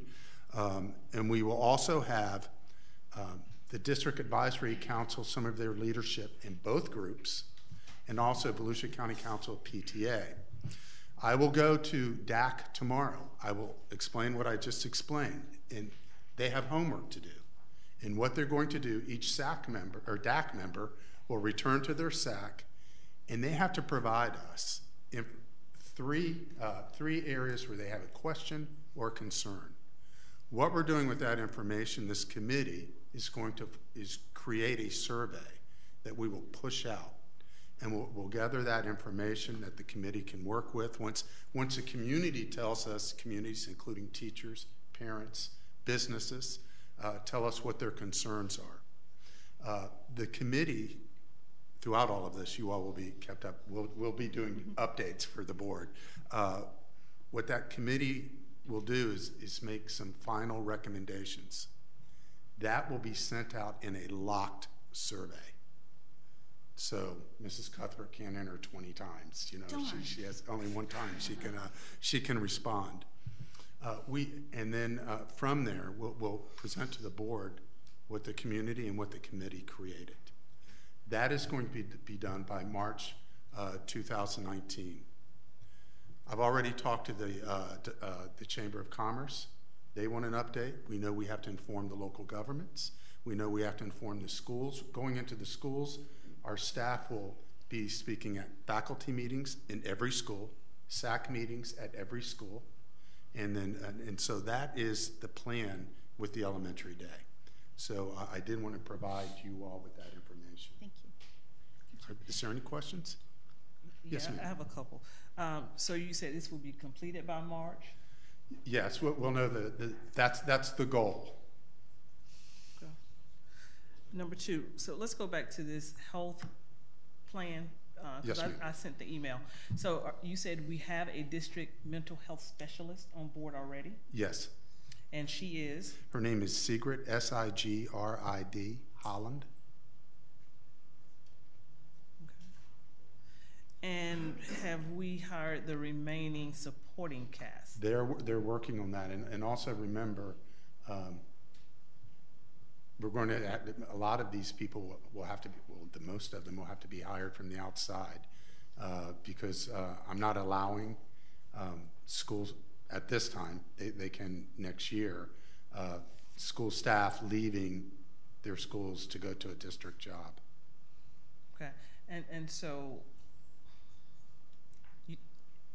So we will have a presentation at our next meeting? Yes, ma'am. Okay. And they are 11 months, correct? Yes, ma'am. Okay. And it's staggered? Mm-hmm. Okay. Yeah, that's what I think was presented back in July. I think it's a wonderful opportunity for innovation to look at our elementary day in a whole new way, to address teacher planning times, special area, to let our special area teachers address the arts, music and PE, as well as recess. So I think it's a fabulous opportunity for all of us work together, you know, to do what's best for our elementary students. Yes, Madam Chair. Yes, sir. Can each of us appoint someone? I think it'd be good for our new members too to get someone engaged. Appoint someone to this committee. I believe that was mentioned that we would have that opportunity. Oh no, that's No. another committee. That's another committee. That's okay. part of the contract. Okay. But you're talking about, yes, a community member to the early, yes, or, the yes, early release. not early release. There's that one. There's the elementary day. Yes. Okay.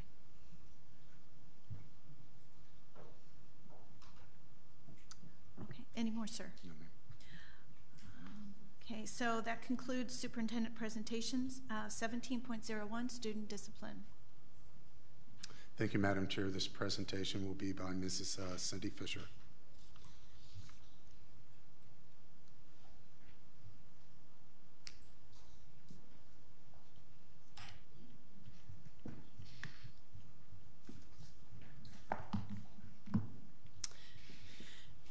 Good evening, Chairman Cuthbert, school board members, and Mr. Russell. Today we have one request concerning student discipline. For the request, a recommendation is made that the superintendent requests the board extend the suspension on students Alpha ID 1 PQGT, 1 WQTR, 1 SYJM, and 1 VFFO from school attendance through December 11th, 2018 for the purpose of further study and evaluation. The superintendent recommends the board extend the suspension of the aforementioned students from school attendance through December 11th, 2018 for the purpose of further study and evaluation. The superintendent has recommended that we approve the student discipline regarding attendance. Is there a motion? So moved. Second. It has been moved by Dr. Hill and seconded by Mrs. Johnson. Any further questions or comments for Mrs. Fisher? Yes, Yeah. Mrs. Why Wright. is this one so long? Why till December 11th? Because that's our next regular board meeting. It's the next time you'll be able to take action. I think we've discussed this at previous board meetings. This does not require us to continue these suspensions. Should the situations these students are involved in be resolved between now and December the 11th, then we can take other action. But the only way to assure that they can stay in this status is to continue that suspension through your next regular board meeting. Thank you. That was going to be my question too. So thank you, Mrs. Wright. Any further comments or questions? All those in favor, please say aye. Aye. All those opposed, please say nay. Motion is passed. Thank you very much, Mrs. Fisher. Any more public comment? Mrs. Schultz. Okay, thank you. Before we go into board action items, I think we could use a 10-15 minute or 10-minute break. And if it's okay with the board, I would like to move 19.04, which is the adoption of School Board Policy 218, and move that above 1901, if that's okay with everybody. That's fine. Okay, so you're up next. So thank you. We'll have a 10-minute break. See you in 10 minutes. Thank you.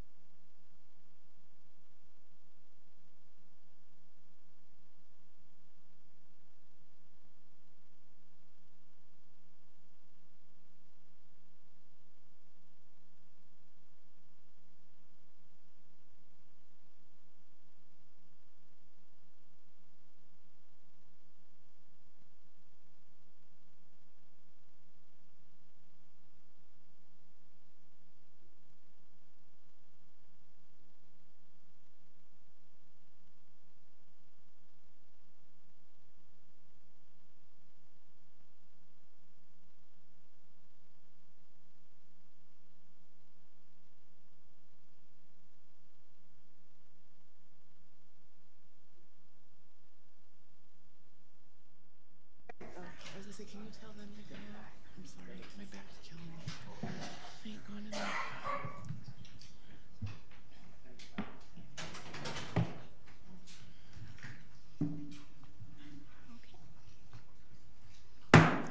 We are back from a 13-minute break. Sorry, Mrs. Wright, 3 minutes. I owe you 3. We are going to proceed a little out of order right now and proceed with 19.04. Mr. Russell. Thank you, Madam Chair. This presentation will be by Mr. Mike Dyer, the General Counsel.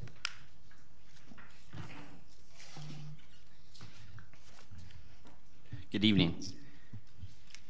The proposed policy creates new School Board Policy 218 titled Medical Marijuana, and at the board's direction, it is referred to as Zoe's policy. Other than the title change, there has been no change to the substance of the policy since it was last presented to you at your September 11th meeting. It is proposed to take effect on December 1st.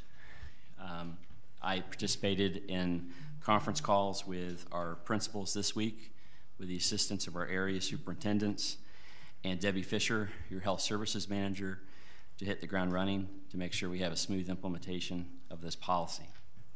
There have been no changes to the substance of it.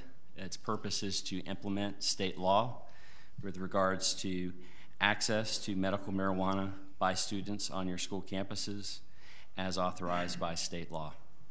I'm happy to answer any questions you may have. Okay. Does the board have any comments or questions? I have a question. Mr. Burtis. Just a question. Sure.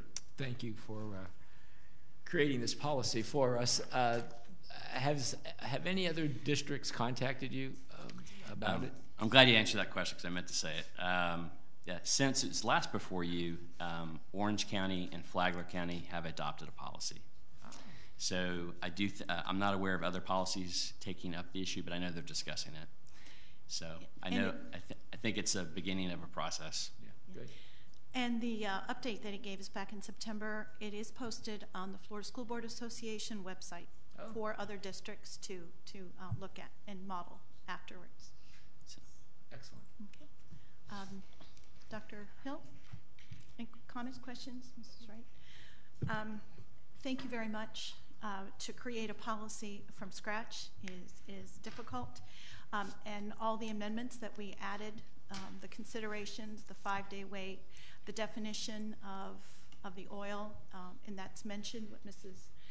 Johnson had asked to make sure that that was mentioned. It just wasn't medical marijuana, as well as striking what Mr. Persis asked, striking that one unnecessary location. So thumbs up with this. Have you looked at it? Okay, I'm just making sure our knowledgeable people back there are understood. Okay, Mr. Russell. Thank you, Madam Chair. The superintendent recommends adoption of the proposed amendments to School Board Policy 218, medical marijuana. I'm sorry, I'm just a little teary-eyed about this. You've heard the superintendent recommend approval to adopt a new board school policy, policy number 218, medical marijuana, better known as Zoe's policy. Is there a motion? So moved. Second. It has been moved by Mrs. Johnson and seconded by Mr. Persis. Any more comments or tears, laughter, or balloons? Thank you. I would like to have the Adams come up afterwards. Would you like to make a comment or anything, sir?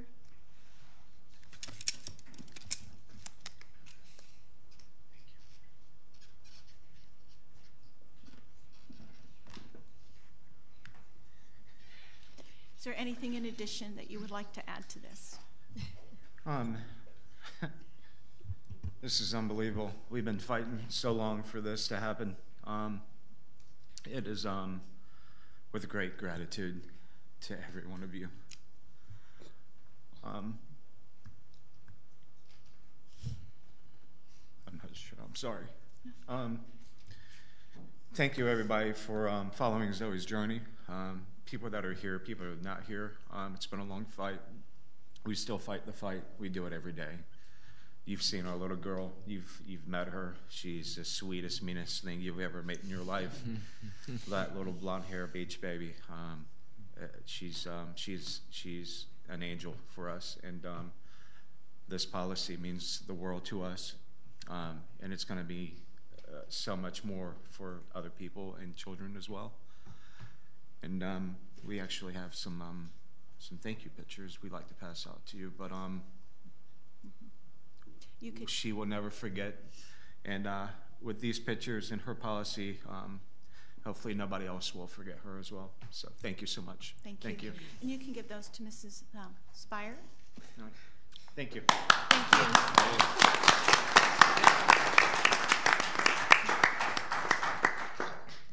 Okay. All those in favor, please say aye. Aye. Aye. All those opposed, please say nay. Policy is passed.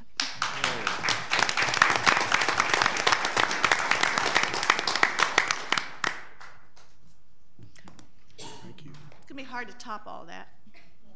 Thank you so much.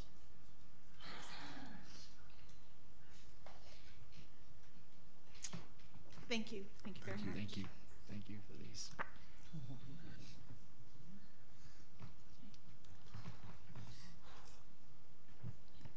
Okay, we'll proceed to 19.01, approval to submit the safety and security assessment report to OPAGA. Thank you, Madam Chair. This presentation will be by Mr. Aiken, Mr. Pender, and Ms. Velasquez Morales.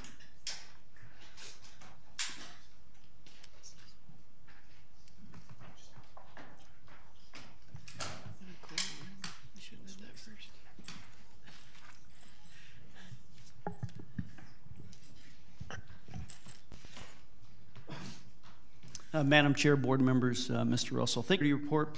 Before I get started on that, I want to thank Ms. Johnson and Dr. Hill for your 4 years of leadership throughout your career here with us, and definitely a great journey. We appreciate your leadership and dedication to our school and our school district and our students as well. Every year, we're required to, and they keep changing the dates on when we're supposed to do this presentation. It used to be in June. They changed it to December last year. Now they changed it to October. So we already actually have our recommendations and the report done. We're waiting to hit the button tomorrow if we so choose to approve this presentation this evening. Like I said, Mr. Pender will start the presentation. I'll let him do the quick overview, and we'll be tag teaming this, and we'll answer any of your questions at the end. Mr. Pender. All right. Good evening. I do like to talk, but I will keep it brief because you can read the screen. Mrs. Wright would be greatly appreciated. So I will definitely keep it brief. As you see the overview, OPAGA, which I used to ask what that stood for, is the Office of Program. I can't see that. Office of Program Policies, Governmental Accountability. I'll look at this way. There you go. But we have a district safety and security program, district safety security assessment findings, discussion items, which just talks about the manual assessment, workbook best practices, tornado drill results, visitor management system, Raptor, our district events, and school marshal program. And then we'll have some recommendations and then board discussion at the end of that. All right, background information. 2001, legislator created the section, Florida Statute, Safety and Security Best Practices, charges OPAGA to develop the safety and security best practices, and they're approved by the Commissioner of Education and reviewed annually by OPAGA, and the best practices continue to be revised as deemed necessary. Yeah, 34 standards, 137 indicators that we must go through and meet those standards to be successful for that year. And the OPAGA requirements and findings, as you see, number one, each school district is required to use the safety and security best practices. Two, based on the self-assessment findings, the superintendent of each school district is to provide recommendations to the school board, which identifies strategies. Three, within 30 days of completing assessment, the school board must receive the self-assessment results. Publicly notified school board meeting, such as tonight. And four, the district is in full compliance with the state's requirements, which we are, regarding OPAGA. Florida Safe Schools Assessment Tool, FSAT, which has actually been around, district-specific processes and procedures, school information, campus maps, all this submitted to DOE. It did change dramatically due to the recent events this year. which we've had to work through, but that's been a nice process. Yeah, Senate Bill 7026, if you remember, we had a deadline of August 1st, and each school did their own assessments. This assessment takes their assessments and the new APAGA requirements and reviews all of that, and then we put forth our recommendations moving forward, including the grant we'll get into in just a little bit. May I ask a question? Sure. Campus maps, that's posted in every school, posted in every classroom. Sure. And isn't that where the where everybody goes? So you're talking about the fire evacuation? Yes, and these maps are actually for law enforcement and others to be able to look at. So if they have to respond to the campus, they'll be able to see what it looks like from an aerial, also from ground level, walking in, and then find out exactly what buildings and where they are. How will they be made available? They're available to law enforcement and others. It's kind of our safety and security is one of those that's protected or exempt from public records. So 119.071 actually exempts a lot of our maps or diagrams or security protocol per se from public viewing. So how do they the law enforcement has access to, law enforcement, just like us, we have access to those, and we're allowed to view those. So those that have a need to know can view those, documentations, reports, and everything else for us. And we can go over individually each one of you in detail on all of these, so we just won't do it here in an open forum this evening. Right. Okay. All right, VCS Safety and Security Program, which has been in place for a while. I'm sure you hear teachers and principals talk about their security assessments. As part of our certification process, we have 63 standards, 100 series, 200 series, 400 series, which you've been hearing about, 5, 6, 7, and 8. All those are taken into account. All schools have to do those.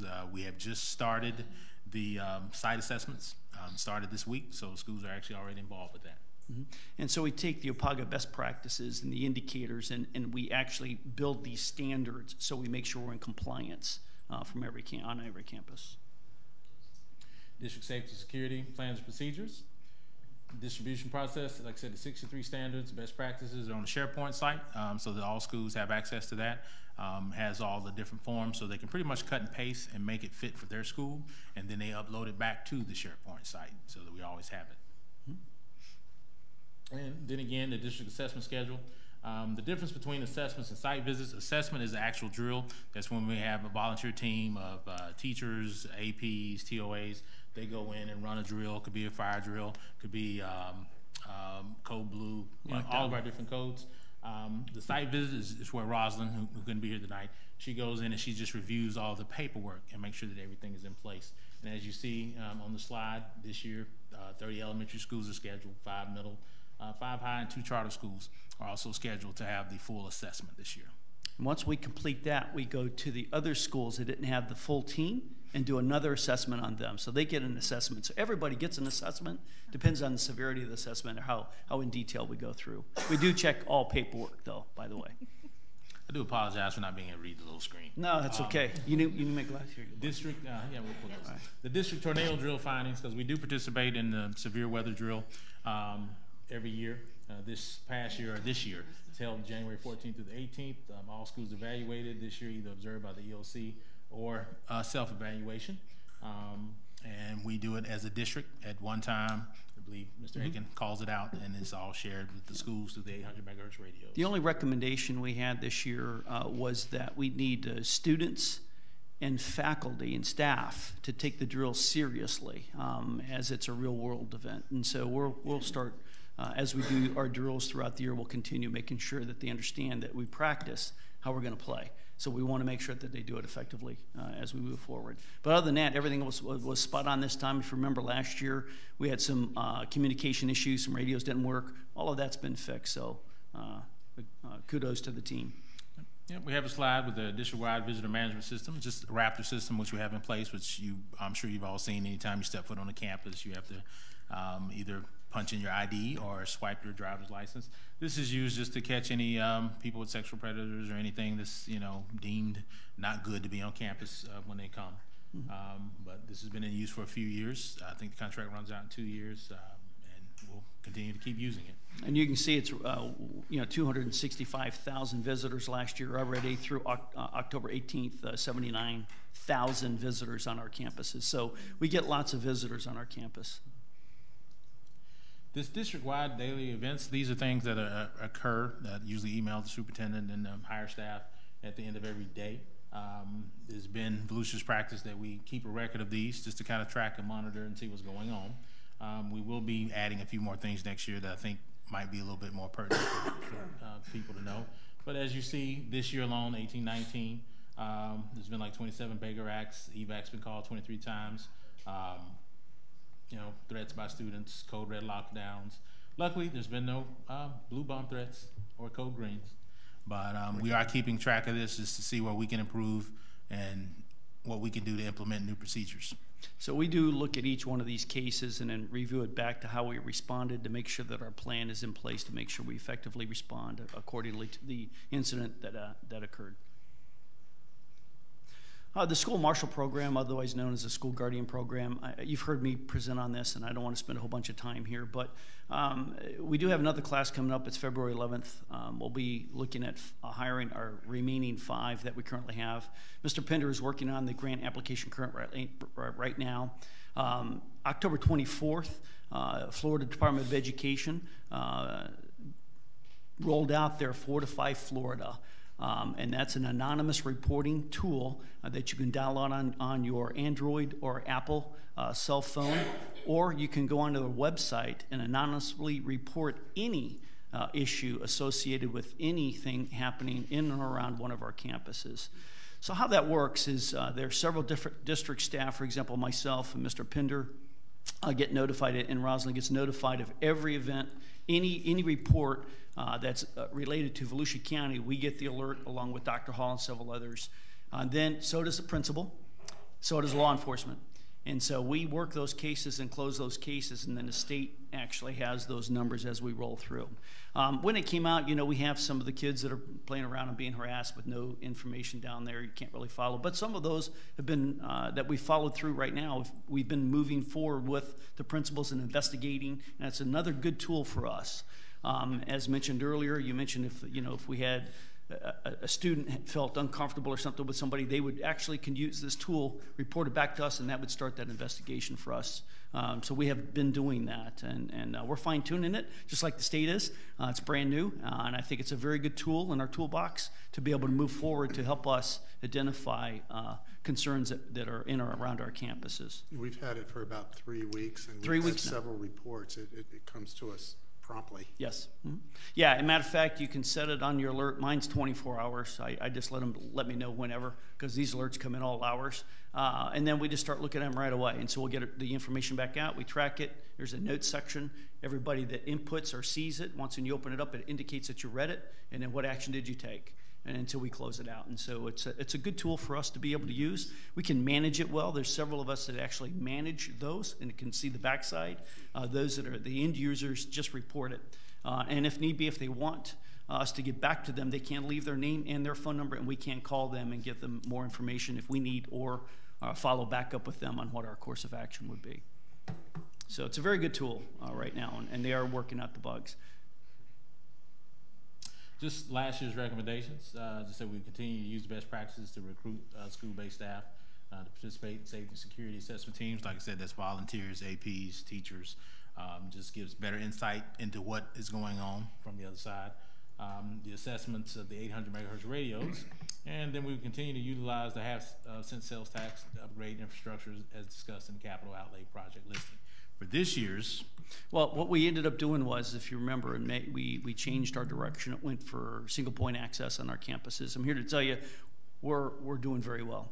We're almost done with all of our elementary schools. Many of our middle schools and high schools are almost done. All of the review plans are done. Permits are now in. We're waiting on material to come back, and we're starting to finish those projects up. We will be going back around, because as you put fencing in, there's we forgot this little section. So we're going back and trying to fix some of those as well. And so you're going to see this process finish this year, and looking at locking mechanisms. 800 megahertz radios, we've done the assessments. We're going to have to buy some repeaters coming up. Those aren't cheap.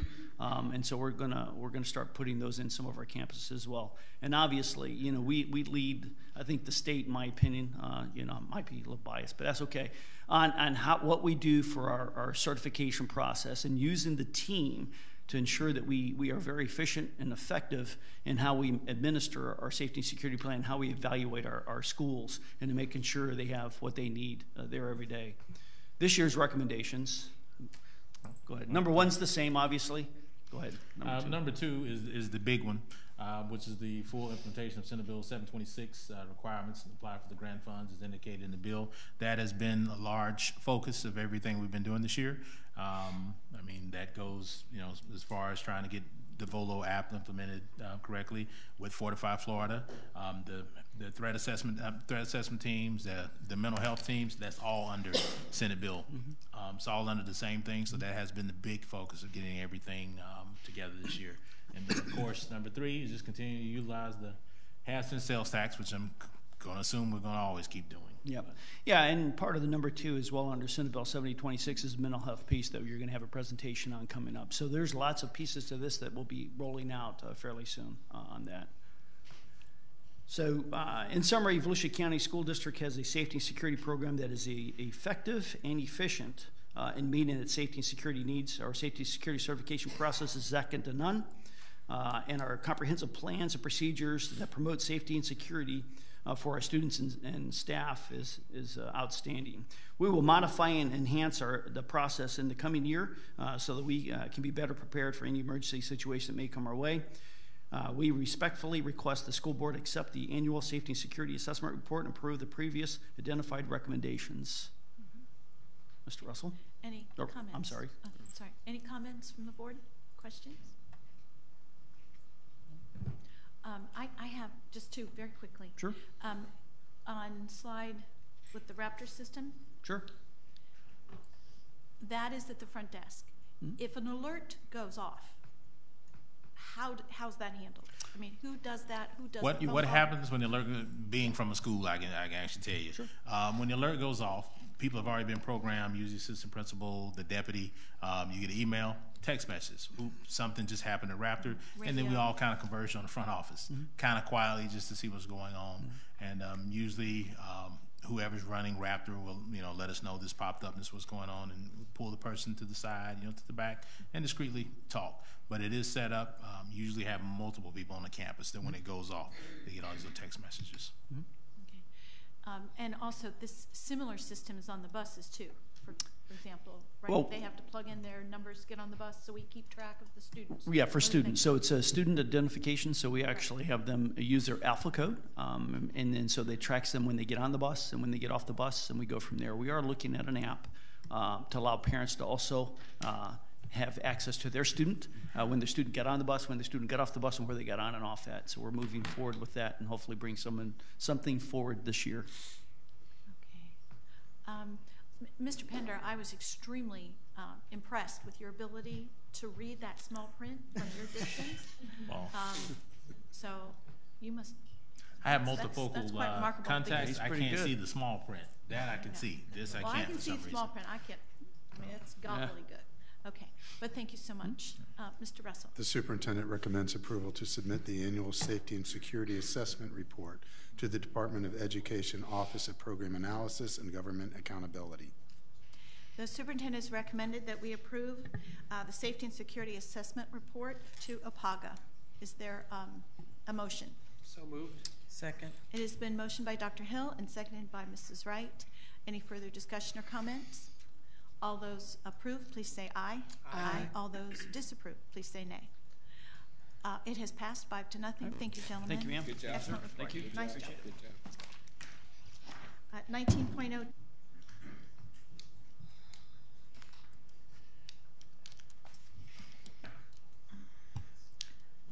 Good evening, Madam Chair, members of the board, Mr. Russell.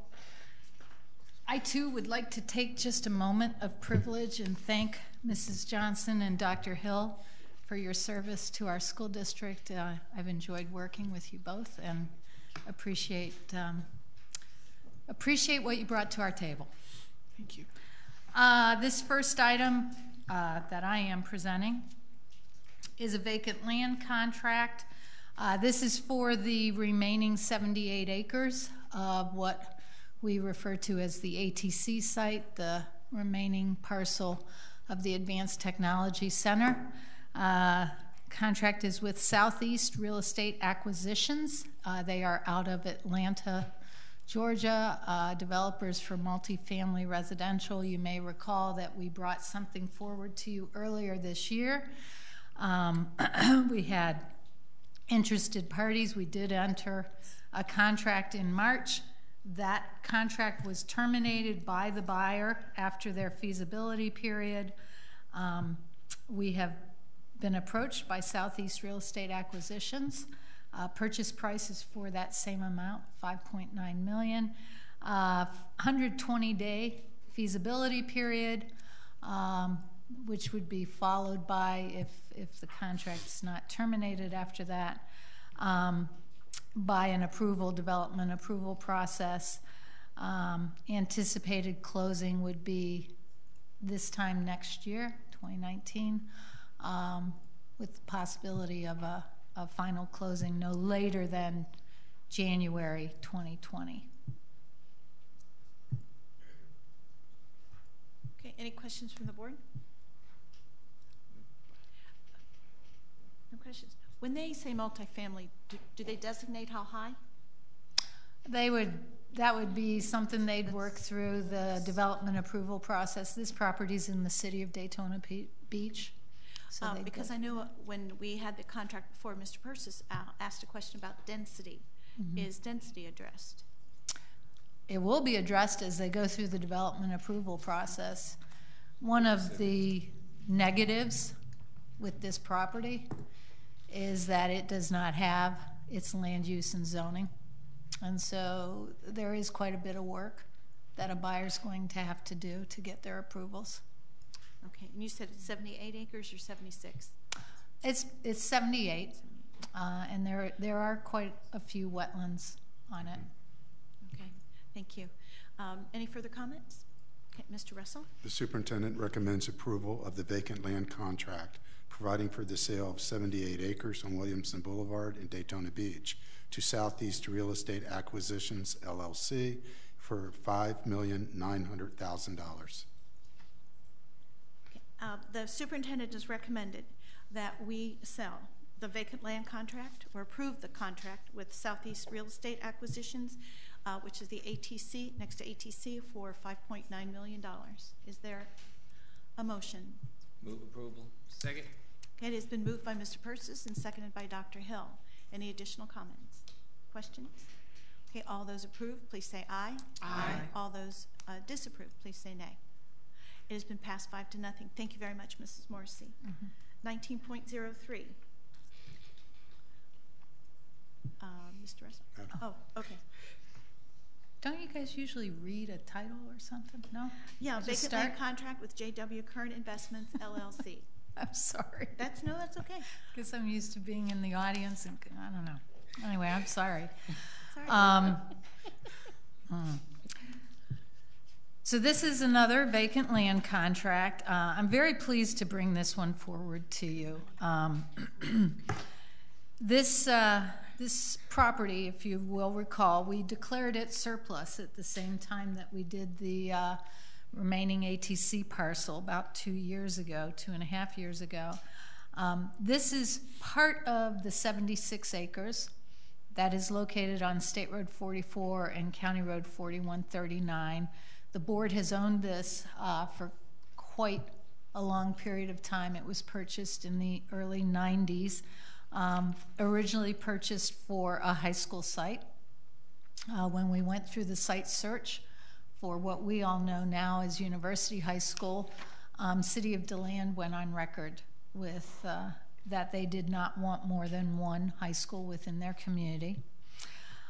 We considered the use of this property in about 2006, 2007 for a new administrative center. Actually started some work on that. That project was canceled.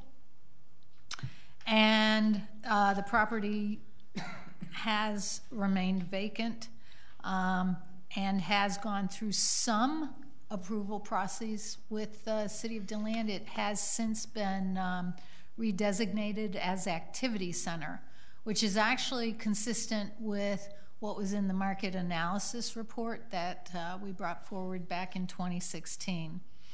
The resolution declaring this surplus had indicated that we would only consider offers that came forward that were consistent with that market analysis, which was recommending the highest and best use to be either multifamily or non-residential, $125,000 per acre. That was the market analysis report 2 years ago. We have had a lot of interest in this property. However, the bulk of the interest has been for single-family residential. And because that was not consistent with the resolution, we didn't bring anything forward. This contract is for a portion of the 76 acres, for the corner, for 4 acres. And it is what would be the beginning of developing non-residential uses on this property. We have since obtained an appraisal. The appraisal for the entire 76 acres comes to a value of $60,000 per acre for a total approximate price of $4.5 million. We also had an appraisal done on just this 4 acres, and that appraisal came in at $200,000 per acre for a value of $800,000. This contract is for $1.8 million for a value of $450,000 per acre, and that is because of the commercial nature of the proposed use.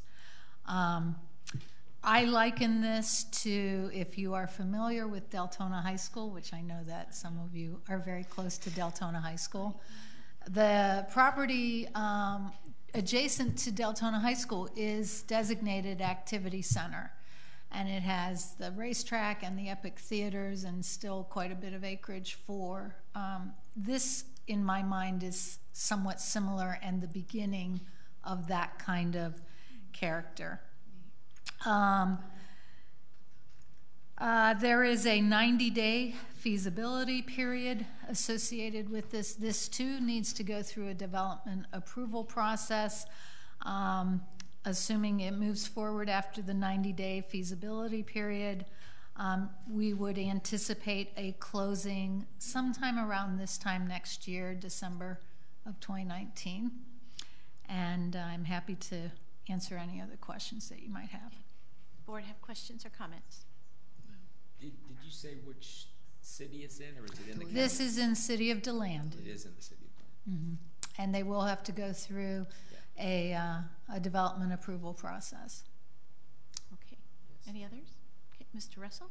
The superintendent recommends approval of the vacant land contract with J.W. Kern Investments, LLC, buyer for approximately 4 acres located at the southwest corner of State Road 44 and County Road 4139 in DeLand, Florida, for $1,800,000. And Madam Chair, I apologize. I need to be on the record.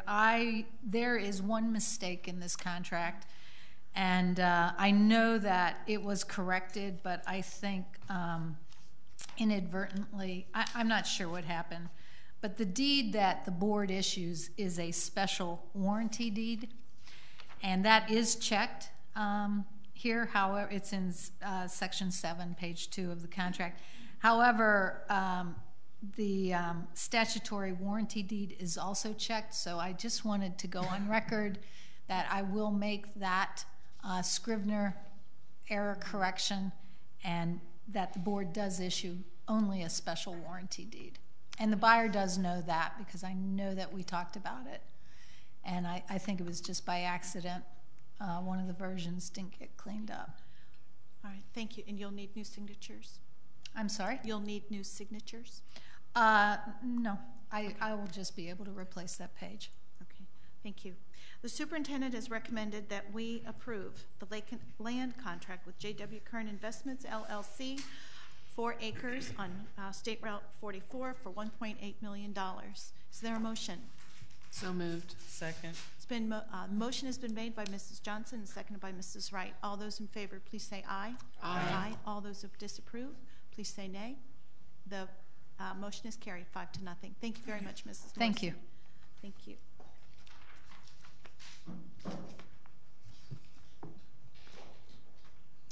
19.05. The ratification of settlement with teachers' unions with view and instructional. Thank you, Madam Chair. This presentation will be by Mr. Michael Dyer, Ms. Deb Muller, and Mr. Sandy Hovis. And I would also like to invite Elizabeth Albert as well.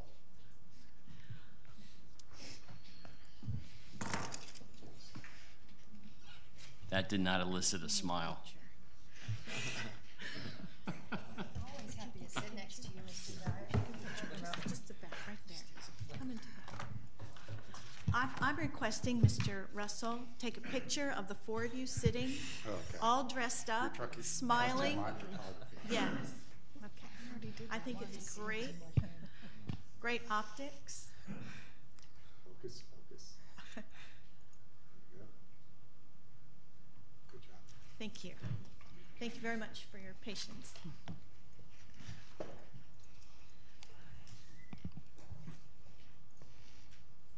19.05, the ratification. Okay. Mr. Dyer. Yes, Madam Chairman.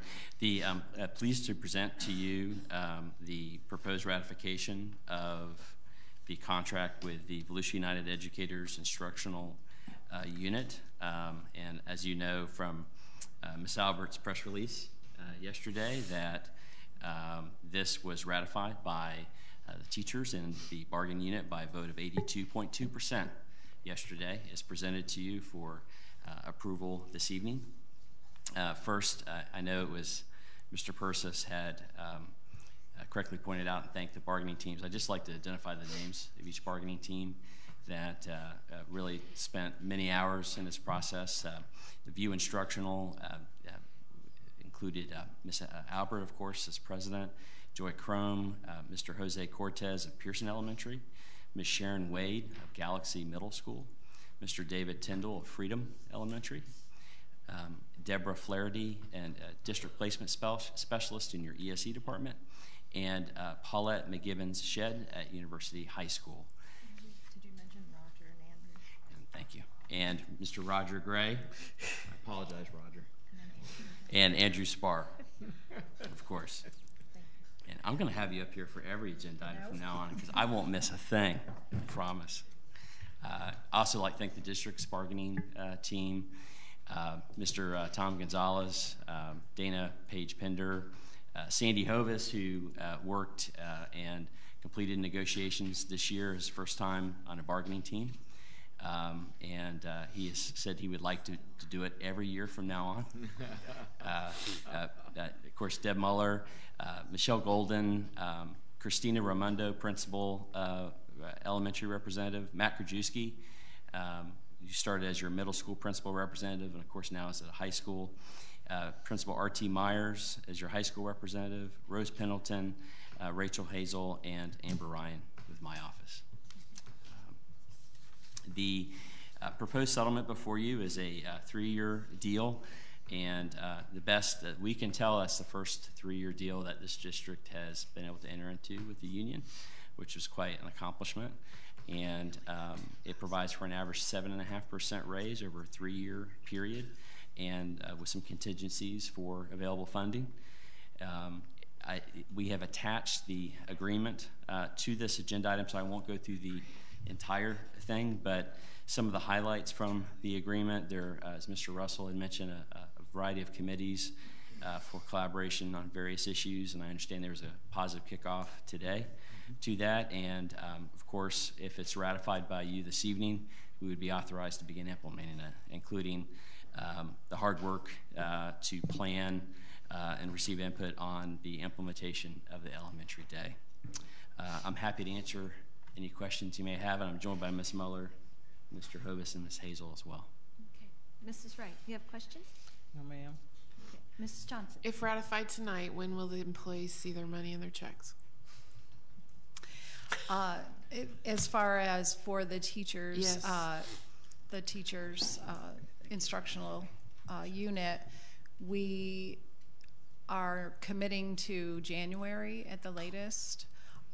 We certainly would like to do that much sooner, but to realize that we're almost done with AFSCME, theirs will be on November 15th in their paychecks, their bonus and their raises and retroactivity. But we certainly have a lot of work to do. It involves several departments, all of the work involved to get that done. So maybe they can pay off their Christmas debt since they don't have it to spend before Christmas. Well, once we can commit to a specific date, we are planning on sending that out to staff. But as of right now, we don't want to overpromise and not deliver. So we're saying January, since it's almost Thanksgiving at this point. Thank you. Dr. Hill. Okay. Mr. Persis. I have one or two. What was nice going through all this was to see all your dates and how long the process has been from the month January, March, April 18 all the way to October 20th when we were all working together. It's been an absolute, I guess, goal for all of us, but to achieve 3 years, and we're all still talking to each other. It's absolutely marvelous. At our last board meeting, it was a little tenuous at the time, and we were a little shifting sand, a little bit beneath our feet. But with hope and perseverance and a drive to really make this work, it's truly remarkable. And I thank you, Mrs. Albert, with you and your whole team. Nobody can do this alone. We all do this together. And I think what I really like about this is that we're still working together over the 3 years. There are committees set up that we're going to have input from everyone, and it's going to be continually talking to make sure we address issues before they become challenges. And so I look forward to this collaboration with everyone. And I know that if you guys have questions, we will be there for you. And if we have questions, we know you'll be there for us as well. It is, as being on the receiving end of contracts, it's always, Mrs. Johnson's question is, when do we get our retro, has always been the largest question. So I do appreciate your department for working so hard. I'm glad AFSCME will be getting theirs beforehand. And so I know with our antiquated financial system, which we are trying to rectify through our ERP, so it will work out. So I do appreciate your department and all the hard work of your staff, Mrs. Mueller.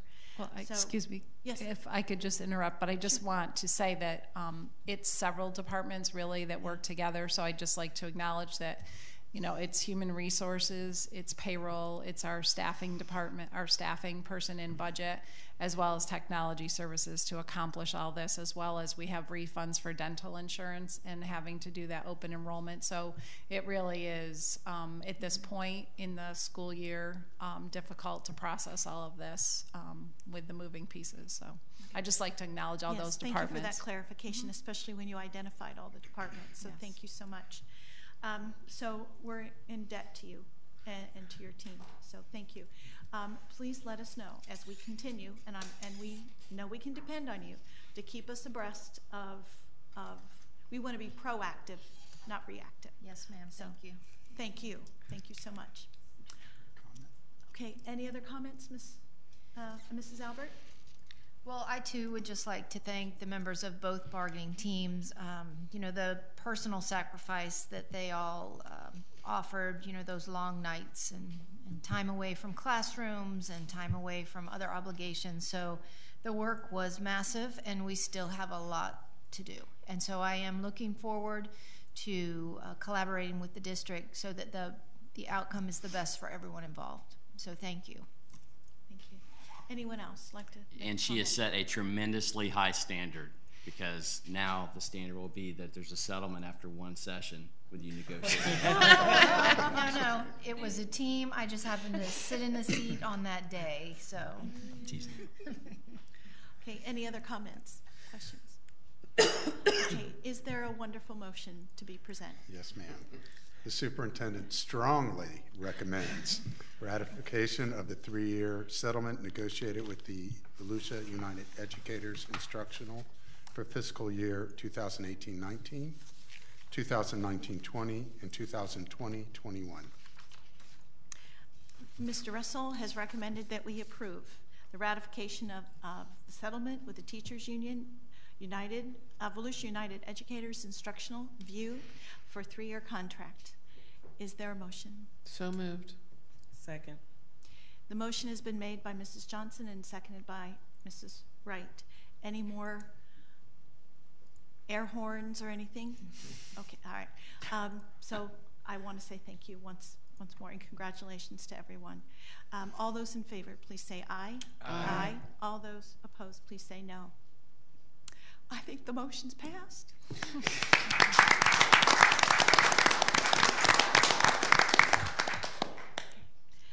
Mr. Russell, 19.06. Yes, this is a ratification of the settlement with clerical and the paraprofessional union, Volusia United Educator Support.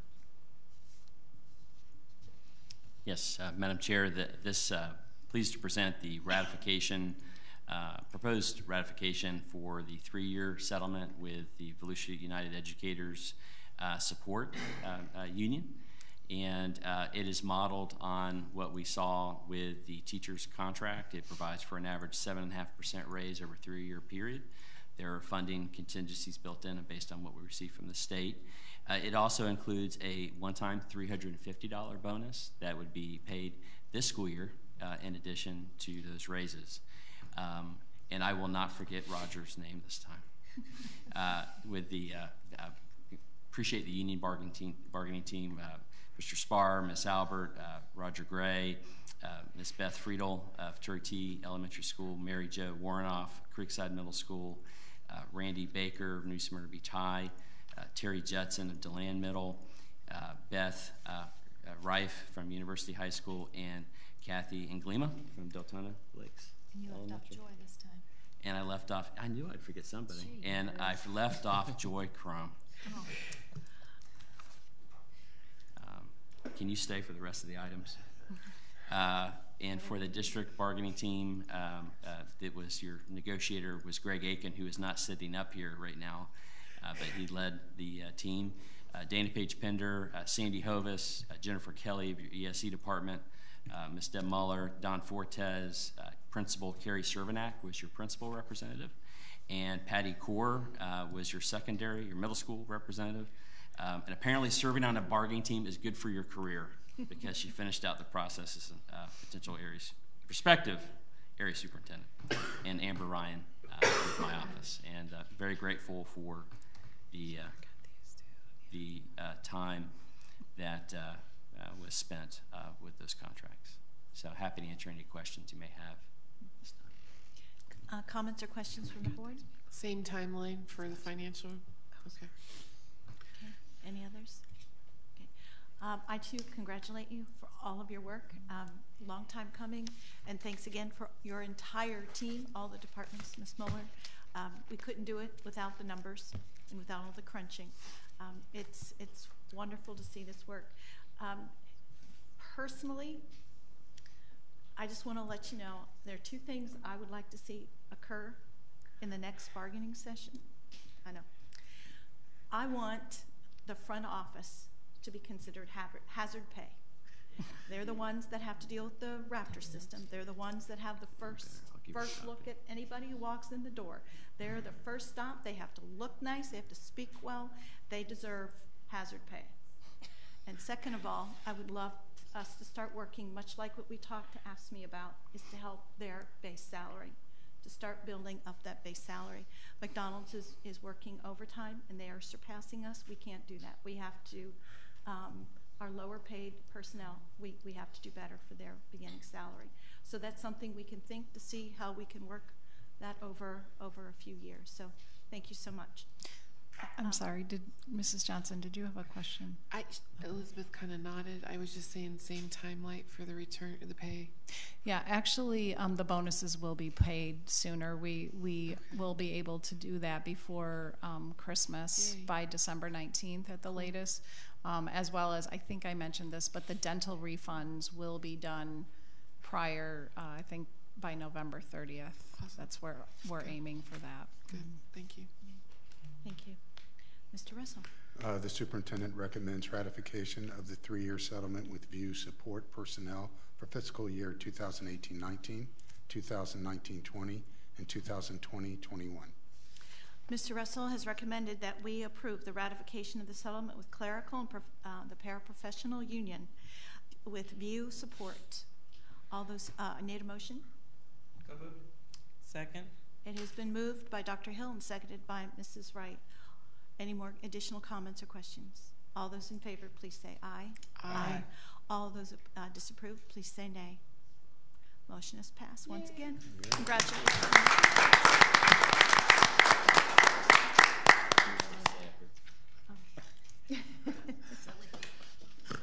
It's almost like you know, Thanksgiving meal. It takes hours and hours and hours to cook and sweat and tears. You sit down and it's eaten in like 5 minutes. But thank you very much. 19.07. Thank you, Madam Chair. This is raises for the extended day program employees. Mr. Dyer, when we get to the $150, I'd like to take that over. Oh, certainly. Thank you. The proposed, the agenda item presents a series of raises that would be retroactive to July 1st of 2018, this fiscal year, for your extended day program, which includes your facilitators and group leaders. Those employees are subject to a board-approved salary schedule. These proposed raises, like the settlements with the 3 bargaining units, are proposed for a 3-year period. For this school year, an average raise of 3%, which would include a 1-step increase to eligible extended day personnel, and the rebalance of those funds applied to increase the hourly rate on the salary schedule. A 2.5% raise in year 2, and a 2% raise in year 3, with the same financial contingencies that were in your teacher contract, which you just ratified, as well as a $350 bonus that would be paid this year to each of your extended day facilitators and group leaders that were employed by the district for at least 1/2 of this school year. And that would exclude employees that are serving in another position with the district, because they would be subject to an adjustment that is before you this evening. So earlier this summer, late summer, with the extended day program, there was an issue we were addressing, and I met with all of the facilitators. We formed a committee. I attended one meeting, and as I've gone out to schools, I've talked to facilitators, and I've asked, what's your biggest concern? And they said, retaining group leaders. They're not on contract, they're not salary, they're paid by the hour. Some are paraprofessionals, they work 2 hours a day. We've guaranteed if they're promised 2 hours a day, they work 2 hours a day. And others are members of the community. For example, after the winter holiday break, because of that lapse in time, they will not get a check till the end of January. So how do we retain these individuals? This is a self-funded program. So what we're recommending is that we have a $150 annual retention bonus at the end of the fall semester, at the end of the spring semester, and then again those that work during the summer at the end of the summer. And so we've added that to this as well, because and the facilitators feel a gesture such as this would help retain these people. Okay. Thank you. And questions for the panel? Anyone? Did you say this is a 3-year or 1 year? A 3-year, and on the average 7.5% as you approve for your teacher contract investment, or excuse me, VIEW and support. Okay, thank you. Mr. Russell. Thank you, Madam Chair. The superintendent recommends approval of the proposed raises for the extended day program employees for fiscal year 2018-19, 2019-20, 2020-21. Okay, Mr. Russell has recommended that we approve the raises for extended day program employees. It's a 3-year contract, salary increase with step increase, as well as a $350 bonus. Is there a motion? So moved. Second. The motion's been made by Mr. Persis and seconded by Mrs. Wright. Sorry, Mrs. Johnson. I'm sorry, getting late. I know, just checking. You're still awake. Any more comments or questions? All those approve, please say aye. Aye. All those disapprove, please say nay. It is passed 5-0. Congratulations. 19.08, Mr. Russell. Thank you, Madam Chair. This is raises for non-bargaining employees. This is proposed to you as also a 3-year raise package modeled on the settlements with your bargaining units as well. It would be on average a 7.5% raise over a 3-year period. For this current year, 18-19, a raise of 3%. Applied in the form of a 1-step increase to eligible non-bargaining employees, with the remainder applied to the salary schedule. At second year, a raise of 2.5%, and third year, a raise of 2%, also including steps in those years with the remainder applied to the salary schedule. Those raises would also be tied to the same financial conditions that you have ratified this evening with your union contracts. There would be a one-time $350 bonus that would be limited to your non-bargaining employees that are classified as levels 1 through 5 on the salary schedule, but it would also include, because the salary schedules are a bit different, your licensed practical nurses, your LPNs, your dispatchers, and deaf interpreters on the salary schedule and employed by the district as of the date of the approval of this agenda item, if you approve it this evening. Does that include psychologists or mental health personnel as well? They're under the instructional. They're under instructional. Okay, yes, thank you for that clarification. Yeah, those are the salary schedules that are equivalent to the hourly rates on the AFSCME and the VIEW support salary schedules. Okay, thank you. I meant to say that with regards to your principals and assistant principals, we're now required to utilize performance pay. So the raise amounts, just like with the teacher contract, would be plugged into the performance pay system, and the raises would be calculated under that methodology. Okay. Any questions or comments? Mr. Russell? The superintendent recommends approval of the proposed raises for non-bargaining employees for fiscal year 2018-19, 2019-20, 2020-21. Mr. Russell has requested that we approve the raises for non-bargaining employees, a 3-year contract, approximately 7.5% raise plus a $350 bonus over a 3-year period. Do I have a motion? Second. It has been moved by Dr. Hill and seconded by Mrs. Wright that we approve these raises. All those in favor, please say aye. Aye. Aye. All those disapprove, please say no. It has passed 5-0. Thank you and congratulations. Thank you. 19.09, performance pay. Mr. Dyer. We're at 1909, performance pay supplements for principals and assistant principals. I was looking for my, I understand Mr. Marks is my deputy, or is deputized.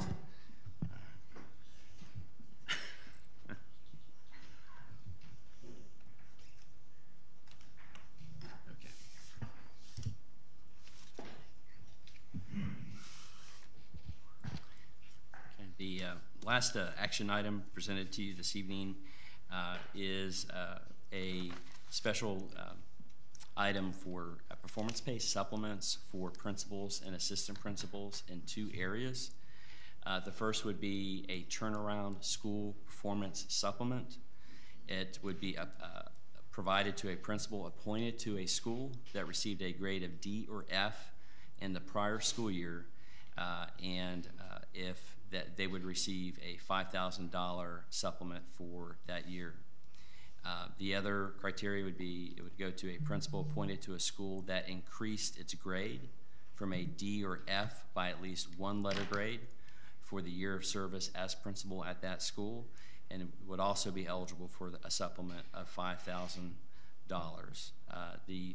if they did not already receive the $5,000 supplement in the first instance. So there would not be two $5,000 supplements, it would be a maximum of one. The determination of eligibility for the supplement will be based on service as principal starting in the prior school year, 17-18. So if approved this evening, principals that served in that capacity in the prior school year would be eligible. The second supplement is for principals and assistant principals serving at your Title I Plus One schools. It's called a Title I Plus One school supplement. Those who would be eligible would be a principal or assistant principal of a school designated as a Title I Plus One school, and they would be eligible to receive one of the following. An eligible principal shall receive an annual supplement of $2,500, and an eligible assistant principal would receive a supplement of $1,500. The determination of eligibility would also be based on service by that principal or assistant principal in the prior school year of 17-18. These supplements, if adopted this evening, would be subject to change by the board at a future date. Mr. Russell, I know you might have some comments on this item. I would defer to you. Yes. The principals that do work at the Plus One schools, they do put in additional time supporting their staffs and their students, as do the assistant principals. And with number one, I'm sorry, I answered number two first, but with number one, you know, when we ask an individual to go into a double or a triple D school, they put their career on the line. And they put in many hours to turn around the school. And I think we need to recognize that those individuals that will go into those schools and they work hard and they turn them around, that they should be compensated. Any comments or questions from the board? Mr. Persis. I am very happy to see this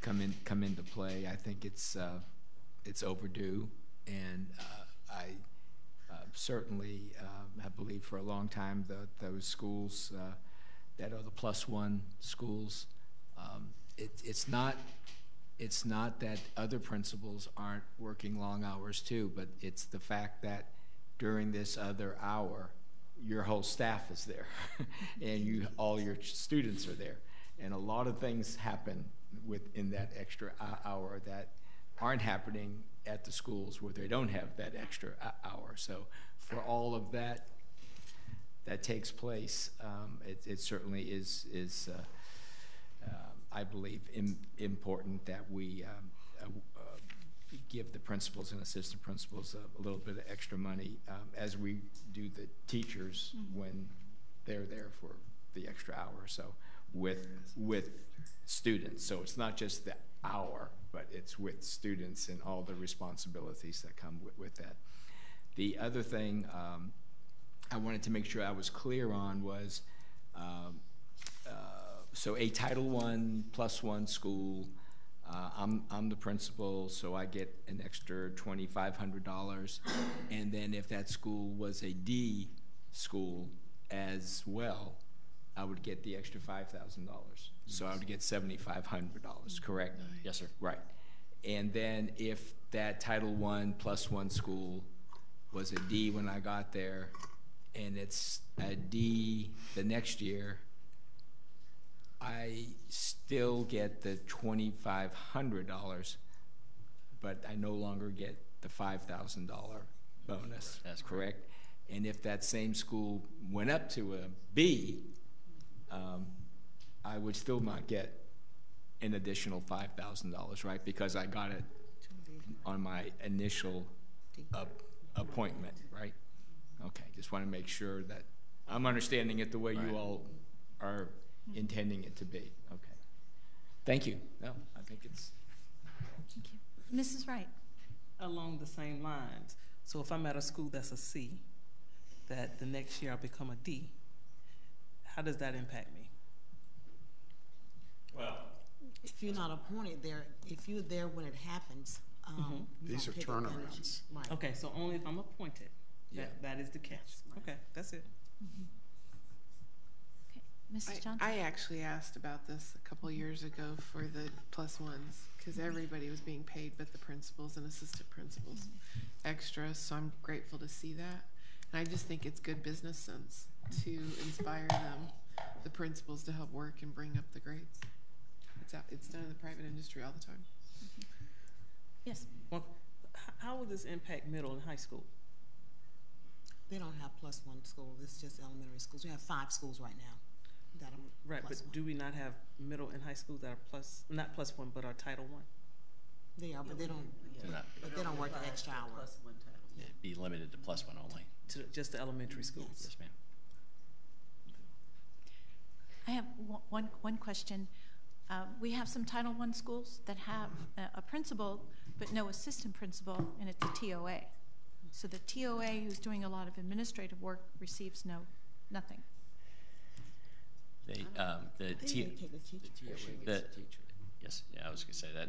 Mr. Persis was saying that TOA would be subject to the collective bargaining agreement, and so there's a variety of supplements and stipends that that may be available, but would not be. This would apply to only non-bargaining, because that would have to be negotiated with the union. Okay, because I know that question would come up. Yeah. Okay, thank you so much. Thank you. Mr. Russell. Thank you, Madam Chair. The superintendent recommends approval of the performance-based supplements for principals and assistant principals. The superintendent has recommended that we approve performance pay supplements for principals and assistant principals, with the addendum that Mr. Persis said it's long overdue. So is there a motion? So moved. Second. It has been, the motion has been made by Mr. Persis and seconded by Mrs. Wright. Any additional comments? Yeah, just a question to Mr. Russell about next year. Are we going to have +1? Is there any talk about moving away from that model? Or well, there is some ESSA language that we are reviewing. Okay. So there'll be more information coming. Okay. In advance. You're reading my mind, because if we know about it, as soon as we know about it, we should let all the staff know. Yeah, great. Okay. Thank you. That's all. All right. And thank you. Thank you, 3, for supporting all of your schools. It's quite a responsibility, so thank you. The motion's been made, it's been seconded, comments have been made. Now we're for a vote. All those approved, please say aye. Aye. All those opposed, please say nay. The motion is passed 5-0. Thank you very much. Thank you.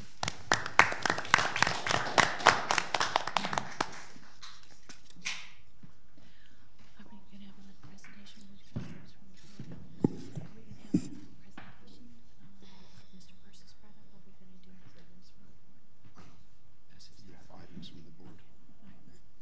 Okay, 20.01, these are all items for the school board. 20.01 is the approval of the first addendum to the superintendent's employment agreement. Mr. Doran. At our last meeting, the board discussed and considered an extension to the superintendent's contract and approved a 1-year addition to the term of his contract. This document, entitled First Addendum to Superintendent's Employment Agreement, memorializes that action, and if approved and executed, will extend the superintendent's contract to August 31, 2020. It is presently set to expire on August 31, 2019. Any comments from the board?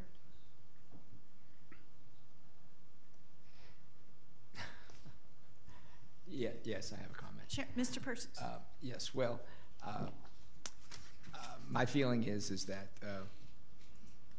as a result of yesterday's election and the fact that now we're going to have 2 new board members starting in 2 weeks, that I would like to see the motion to, if there is a motion, to approve this contract, that I'm not so much against the contract, I'm against the timing of the contract, and I would just rather see the new board weigh in on it, and those are my feelings.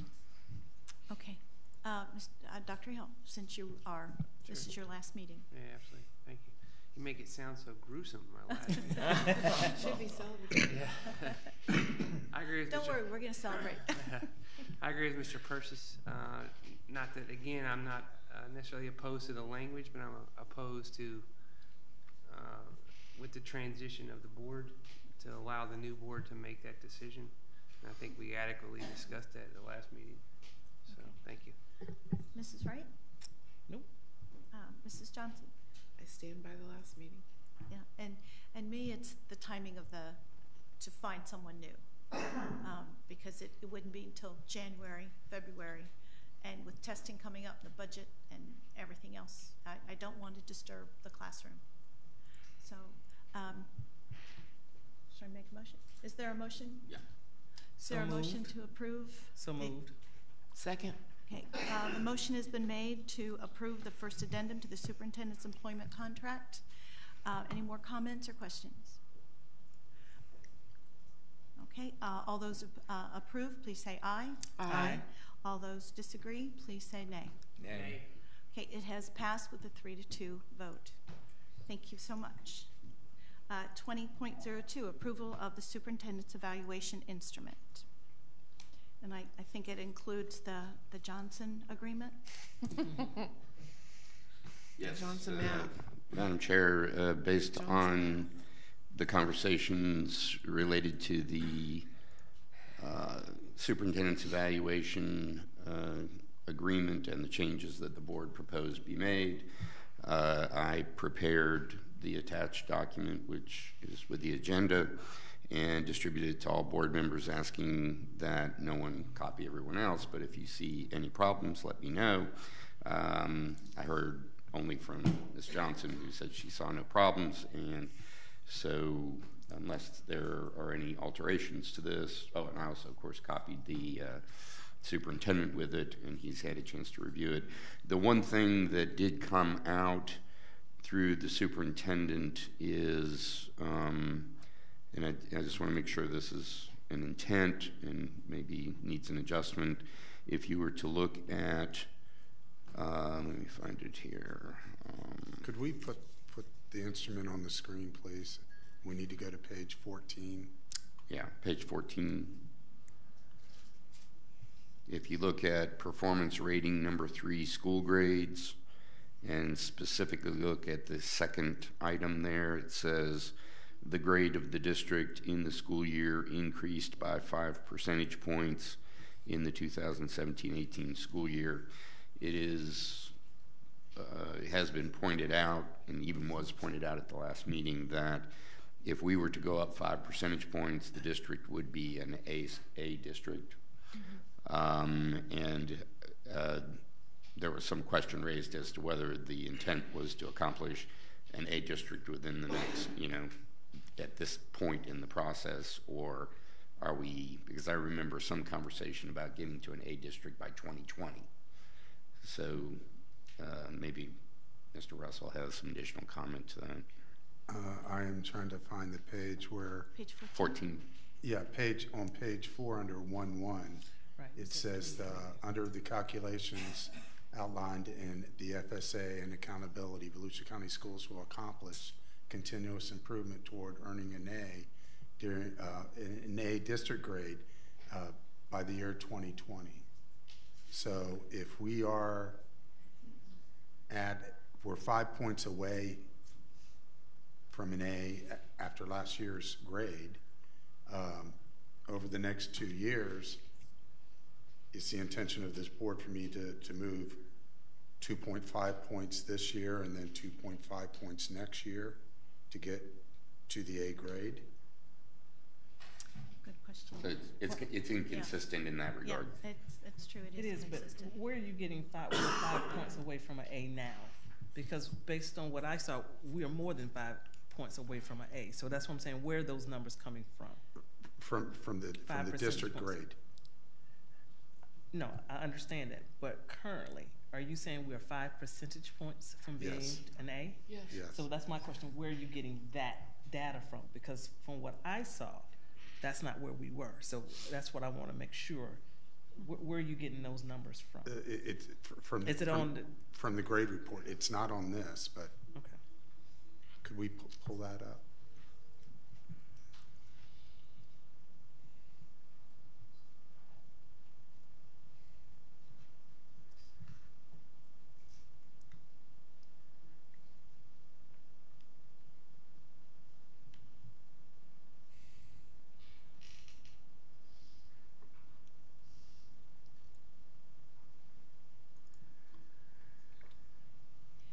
You know, while there's a pause right now and they're looking for that,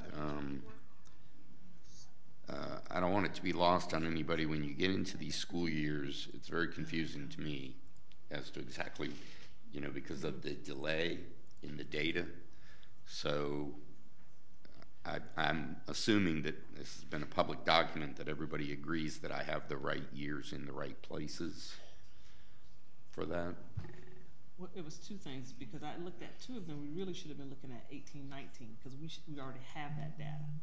But okay, where are you saying that it is incorrect somewhere? Yeah, or? but give me one moment.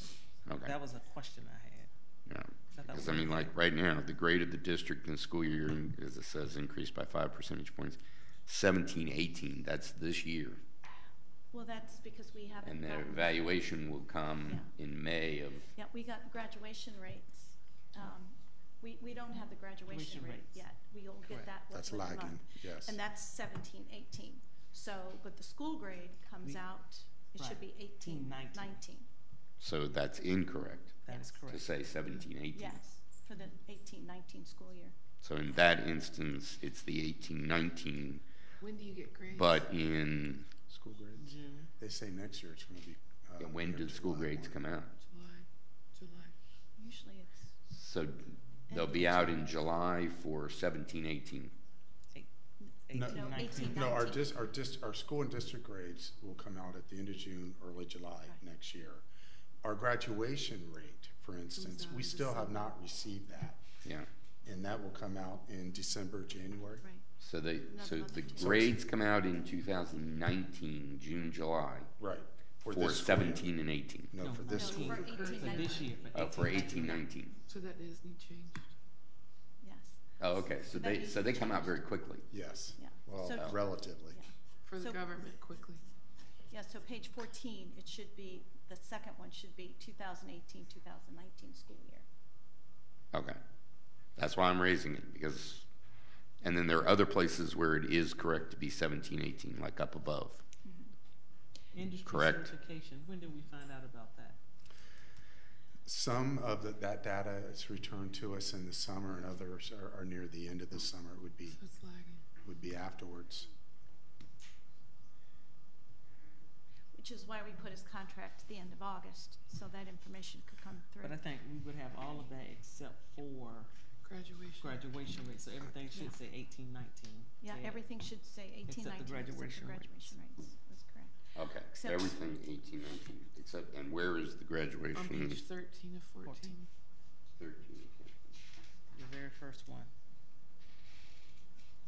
My second one. Right. Second So one. that is correct to say 17-18, and then everything else should be 18-19. Should the dropout rate be current 18-19? When do we get student dropout rate?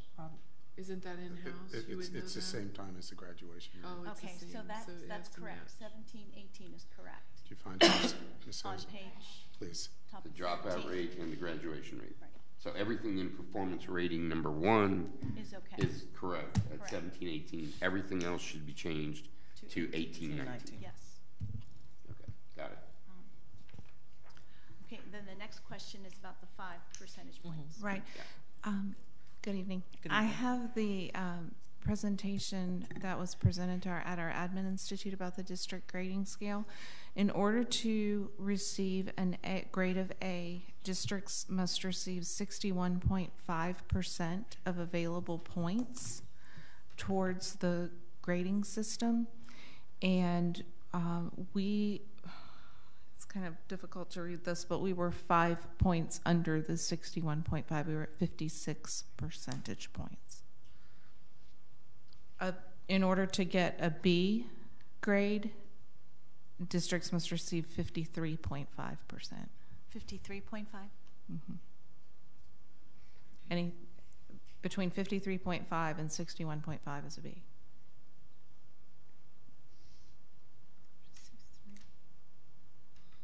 So what we did over the summer, and we presented to the principals, it's find your 5. If you can increase your school grade by 5 points, and so we asked them, and we shared with the principals their data, exactly what areas they could address, and we are also doing that district-wide. So that was in response to the 5 percentage points. And I think where the confusion might be is the number of points versus percentage of the number of points available. Now, for some reason, I thought he said we were 10%, and maybe I heard wrong. So okay. That might have been based solely on elementary, maybe. So should we change the percent to points? No, I mean, if we're saying 2.5% next year versus 5%, I'm fine with that. Okay. Just making sure that we're on trajectory for A per 2020. Okay, is that okay with the rest of the board? The 2.5 for next year, 2.5. So by 2020, it's 5 percentage points. Okay. Is that okay? Yeah. Okay. All righty. Thank you. Thank you. Okay, any other comments about the superintendent's evaluation? I had a question. Yes, sir.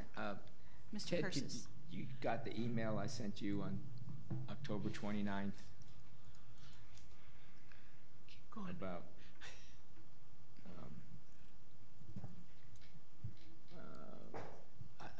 I don't know whether you can pick it up on your phone or you want me to.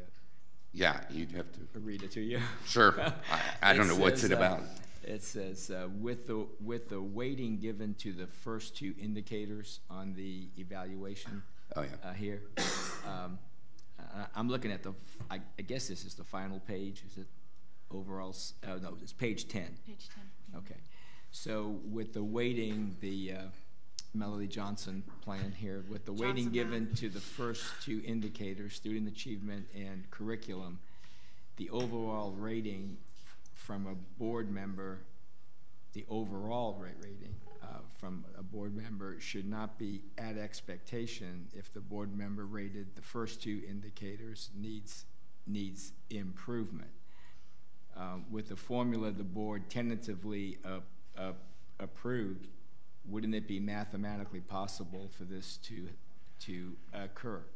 So in other words, if whoever is here, if the first 2 were rated 1 or improvement expected, and then the others were ranked 2s and 3s, when you do the averaging, it could come out 1.8, 2.2. It could come out to something that indicates it's reasonable progress. It could come in, you know what I mean? Because I know I saw you guys average them at that last one, and so I just think there should be some kind of a caveat that says if the first 2 are rated 1, that the overall by the whole board, or by you're saying by the whole board, or majority of the board, I guess. I don't know. I mean, it seems like when each of us do our own, we have a summative rating. You see at the bottom there, it says summative, and I wasn't sure that rating are we supposed to put in there? Are we supposed to check one of those, like commendable, reasonable progress? That's what I always thought it meant. We don't put a number there. We just put a check. Check mark. That's right. And so what my point is if... How do we interpret it? If I rated the first 2 improvement expected, and then rated 3 through 6, either commendable or reasonable progress, that my summative rating I shouldn't be allowed to pick commendable or reasonable progress if I've rated the first two improvement expected. And I think if you mathematically did it, it would come out that way. It could, even though we've weighted them to the level that we have. Mm-hmm. And because we've weighted them, you have to consider that, you know, as a board member, we have to consider that. It isn't just, well, 2 were rated 1 and 2 were rated 2 and 2 were rated 3, so the average is in the middle. That's not how the average works when you do the algebra that you need to do when you have a formula like this. Mm-hmm. And then it gets, it weighs in then on the whole group's summative, which is what you and Ted would do when you take each of our individual ones. It kind of can, because once you skew it individually, and then when you do it collectively, it's even even more. Yeah, it's worse. Yeah. Which is why that was why I said to make it a little more even, not to make it less weighted. I'm not saying that it needs to change. There isn't anything that needs to change. It's just that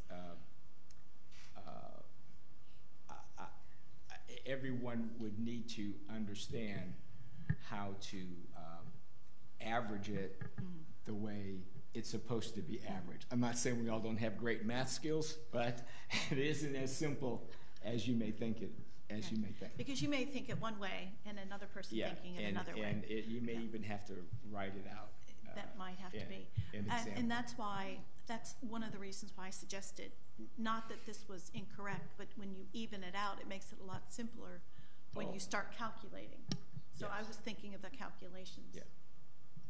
Have you done the math on it, Miss Wright? I see you there like you're well, it'll depend on a couple things. It would depend on how much. If we're saying 35%, if commendable, you almost still got to convert that to. Well, the way they do it like 1, 2, 3, right? Ted, commendables are 3, reasonable progress is 2, improvement expected is a 1. That's 2. And yes. then when you what are the multipliers? Do we? If commendables a 3 and that's a 2 and that's a 1, so you multiply 3 times 35%, or? Yeah. And see, that was my questions. I guess I was inarticulate. Or 2 times 0.35, and then that needs to be 2 times 0.25 plus 10% of the next one, and 15% of the next one, and 10%. Then divide it by the 6. Are you? What I hear you saying, but I'm not. You tell me if I'm hearing wrong. Is that the summative rating should be a mathematical calculation and not a subjective decision.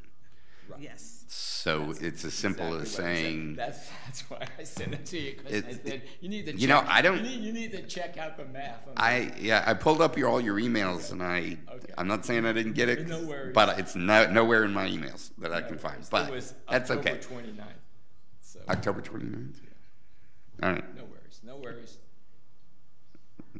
Your last email from me was October 19th. Yeah. And it had something to do with political actions. So, you know, I think that the decision can be made that a board member doesn't individually set a summative rating, and that it's just a calculation that I and the chairman do, whoever the chairman is at the time. We calculate that based on a mathematical. Just board members do 1 through 6, and the summative rating will be calculated for you. Is the only other. Is the only. I guess because my point is that if you want to subjectively have board members say summative rating, you can't say you can't do that. I mean, you guys are elected officials; you can do what you want. But you know, so. That's the only other way I can see to do it. That's fine. You know, you just have to calculate all of them. You do, because if just looking at the rating that we did for number 1 and 2, number 1 it would have been right about 48%. Well, yeah, 48.48, which would mean it would have fell in needs improvement. Even with their 2 scores, the 3 of us did needs improvement, it was 0.48. So it would have been a needs improvement for that particular number 1. It would also been need improvement for number 2 too. So then the question then becomes, because both of them would have been cleared needs improvement, where would the rest of this come collectively? But I think it still would probably lean a lot by needs improvement because it's 60% of the percentage. Right. It would never be commendable. It would fall right to, it is, yeah. Yeah, and that's what happens, because if I think what Ted, you do is if it's a 1.5, right, you bump it up to a 2.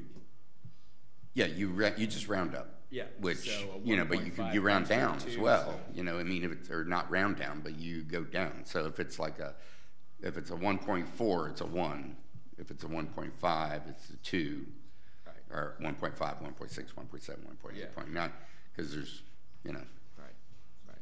Because you have to end up picking one of the 3 categories, so it just goes into that. But that's just historical approach. Right. I mean, you guys want to do it different.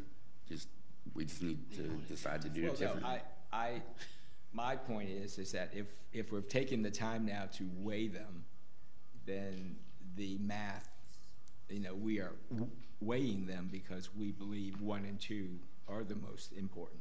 So that needs to be reflected on the overall evaluation. The summative. And the only way to do that is either do what you just said, take everyone's and just do the math, just right across. You're gonna have to. You know, I mean, you're just gonna have to.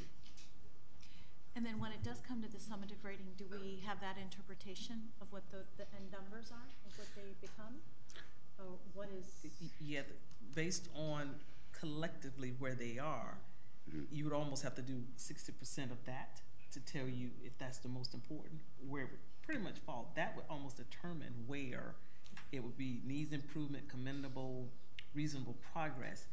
So anything above 60, almost, would fall in the first 2. Anything that is probably 60 and below would probably needs improvement, because that is the bulk of. But you would have to do each of them mathematically independent. Yeah. Because different multipliers. Yeah. So what do you want to do? I'll remind everybody each year when you do, just don't do the summative rating. You're to do 1 through 6, yeah, and then the mathematical calculation can determine the overall. And then we turn it in and let the calculations. Yeah. So it's all even. And The chairman and I will do the calculations. And then the total, and then instead of having all the individual ones, but then have that total, and that's the summative. And then it's distributed, and if the other 4 people think it was done wrong, then we just correct it if it was done wrong. But I think it's a mathematical thing. It'd probably be okay. That's all. Okay. No, it's a good I don't point. need to change. I don't want to change anything. I just want to make sure that we get it right after all this work. That's it. I understand. Yeah. Okay. Yeah, that's why we have the conversation, to clear up all of that. And so I was able to clear up my position too, so this is fine. So, any more additional comments, questions? All right, I would like to have a motion then to accept the superintendent's evaluation instrument for this year, 18-19. So moved. As modified based on our yes. discussions. Yes, based upon discussions. Second. And his ability to take good notes. Well, it's pretty straightforward. Okay, and you made the motion? You made the She motion? made the motion. Okay, And I didn't hear Dr. Hill seconded. I just Ms. didn't hear it. Johnson. I was talking. Okay, thank you. The motion has been made to accept the superintendent's evaluation instrument by Mrs. Johnson and seconded by Dr. Hill. Any more additional comments or questions? All those in favor, please say aye. Aye. All those against, please say nay. It is carried 5-0. All right, we're moving right along. All right, 20.03, comments from the board members and the superintendent and the school board attorney. Anyone like to go first? I'll go first. Mrs. So, Wright. as the most elder, but I am probably the youngest on the board. I think the appropriate question is, do you look like the youngest person on the board? The appropriate answer would be Yes. yes. Yes, she does. But to my colleagues, as you start a new chapter in your life, I pray that God will keep you both, take care of you. I wish you well. Please stop by every now and then and say hello. Send us an email. I will reply. Give me a call, send a text. But I wish both of you well. It has been a pleasure. We've seen a lot, done a lot, and I honestly, I wish you both well. Thank you. Wish you both well. That's it. That's all I have, Madam Chair. Thank you, Mrs. Wright. Mr. Persis. Now we can talk. Well, you know how I feel about you guys, and I said my little piece there in the beginning. In regard to what I brought up earlier about the individual and the shooting there at the yoga salon, I didn't necessarily need a presentation at a board meeting about the questions that I'm asking, but I would, if they want to send it in an email to all of us, just so I have the timeline and the ratings or the reasons why the individual was let go in Leon County, and perhaps why the individual may have been let go at Hinson, and why the individual when he was subbing at a school was not allowed to return, if that was the case, not allowed to return at a certain school, but continue to sub at other schools. Those kinds. If that didn't happen, great. But if it did, we'd like to know, because that's what people are asking me. How come? How come? How come? How come? And so I don't want us to be hiding anything. And so whatever it is, and we learn from it. And that's what I'm asking. Just wanted to be clear on that. Okay. Thank you very much, Mr. Persis. Yeah. We quite understand your questioning. Dr. Hill. Thank you. Well, let me just say it's been an honor and privilege to serve with all of you. You have grown on us. I just want to let you know. Sure, the past 4 years has been no small task, to say the least. And I am, proud. Obviously, I have my sister taking over my seat. Sure. The News Journal can refer to her as Mrs. Haynes, no longer Dr. Hill's sister, although she is. But I will say, with all due respect to her, there are very few people I would ever say will outwork Dr. Hill. I pride myself on a great work ethic, but my sister is one of the few who outworks me on a daily basis. Almost every board meeting, I will call her after the board meeting, and she'll answer at midnight, and she's still working. And so what the rest of the board will come to understand with her in this role is that she will outwork all of you, and she will get in tune with what the district needs and what the students need. And she is a great person in the sense that she will approach us in a non-political fashion as well to do what's best for students. And this has been her entire career in this county. She started and brought the rest of our family down to Florida when she moved here after graduating from the University of Tennessee. So she'll be a very refreshing voice, somewhat more tactful than myself. But I'm her younger brother, and I think I've always been the baby and allowed to do things that maybe she was not comfortable doing. But a refreshing voice for teachers as well. I want to say when I first came onto the board, a lot of people had their feathers ruffled, and I did not intentionally, nor would I ever intentionally attack you personally. It is all professional. And for those of you who have worked in the district and may not like me, it was never meant to be personal. It was meant to do what's best for kids and to improve the district, because in my ear constantly I had voices of parents and students wanting things to improve and wanting change to occur.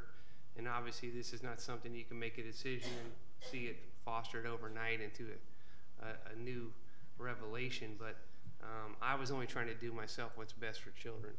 And, you know, we can agree to disagree a lot of times, but, you know, don't take it personally. For the teachers who left my practice as a medical doctor because I sit on the board reluctantly, I'll welcome you back if you want to come. Not that I need you to come, but don't take any insults. I will have the ear of a certain school board member, so take advantage of that as well. Again, it's been an honor and privilege. I thank you. I thank Mrs. Cuthbert for her wisdom as our chairperson the past year, and I wish all of you the best. If you need my support, reach out to me. Thank you. We may need some free advice. Medical advice. Medical advice. It's been very nice to have him on the board. sunshine law now. Yeah, that's right. Call him anytime. Mrs. Johnson. Well, I'll try not to cry, but I'm the kind of person who'll cry at a good toilet paper commercial.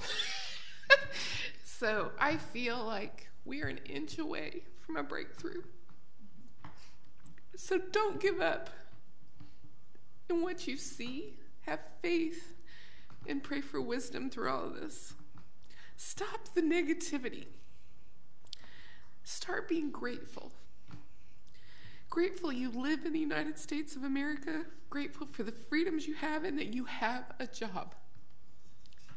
Focus on the students and the legacy you are leaving, not on the day-to-day junk. Stay creative. Don't give up. If you want to be a Ron Clark teacher, then do it. Quit making excuses and do it. Make it happen. You're not a tree. Lead by example and empower others. Do not bully or belittle at any level, from this dais to the classroom. I've paved the way with 3 newly elected legislators this last week. I spoke with Lieutenant Governor Nunes, Representative Federhoff, and Senator Tom Wright. I didn't know they were going to win, but I started the conversations.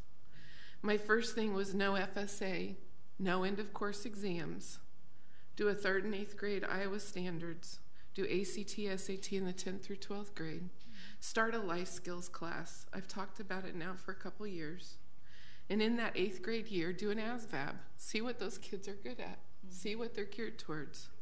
And bring joy back to teaching and learning. Equal per student funding. Stop DCD theft. Please don't let it die, because I'm leaving. It belongs here, the money. And with teacher pay, delete the best and brightest and work at the DCD. And that's what I told them all 3. I wrote it because I knew they wouldn't listen. And if they could look at it later, that it might sink in. I am so proud of the positives we've accomplished. And I've learned a lot from my missteps. We have an 80% graduation rate. It was 67% 4 years ago. We are 5 points from an A, and we've acted like we're falling apart. We've played henny penny, the sky is falling. Stop it. Acknowledge and own what you've done. Our financial house is in order. I don't know if you remember 4 years ago, but there was a $20 million hole. I actually asked if that was normal or if we just weren't good at it. I was nervous. I wouldn't have that big a hole in my budget. I can't list all that we've accomplished this last 4 years, but I'm walking away very proud, not only of myself, but what we've done as a board and as employees of this district. I have 2 children that have graduated. One is working at Apple as a high school graduate, doing amazing. One is in college, and now one is coming into high school. As school board members, we're a conduit to the community, building those relationships. We did a lot of first. Daytona State College, meeting with cities, meeting and creating a private-public partnership. We did that. Adopt a school, VBIA, VMA. I have one request. Tomorrow at lunchtime, the fair is begging for a school board member to come. They've invited us all. They're asking if we can come because they want to change the direction of the county fair to be all about the kids. So I've connected the career technical educator, coordinator Rachel, and now they love a school board member. I went, but now they love one that's still here. Continue the relationship build here. Heal and restore. Don't just complain. Create a solution, and then just do it. When I wrote down those things, I didn't just tell the legislators I was mad. I gave them the solutions of how to do it. How do you give teachers better pay? Get rid of the best and brightest. How can you create a test, an FSA, and say there's got to be a percent that fails and then tie their salary to it? Senator Wright was just stunned that they do that. He needs a liaison. They each need somebody so that they don't just go make stupid laws, that they can talk to somebody, one of us at this level, and have that relationship. I asked Tom more than once, how do you change perceptions? Because perceptions are truth, even if they're not really truth. So don't allow your perceptions and your negativity to hinder those around you. Start rejoicing and finding the positive. Create what you win. I was taught to create a win-win.